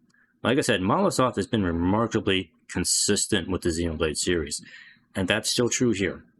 Still true here. Even though there are a few missteps here. And to be honest, yeah, the mainline Xenoblade games have a few missteps in them too. So they're not entirely perfect either. But Molotov is consistent with these games. So an 8 out of 10. A solid 8 out of 10 is what I'm going to give it. Xenoblade Chronicles X, the definitive edition. And there we are. We are finally done. I might still mess around with this game a little bit on my own, but at this point, I feel Xenobladed out. I want to take a break from Xenoblade for a while, so yeah, so that's where I'm going to end things. If you listen to me rant about this game at the end and this far, thanks for sticking around listening. I hope you see what I play next. I don't know what I'm going to play next. I'll figure something out. I want something fun and easy and simple to play next, so that's probably what I'll do. So I hope to see you then. Anyway, take care, and I'll see you next time whenever there's another Xeno game to play. Whenever that is. Alright. Take care. Bye-bye.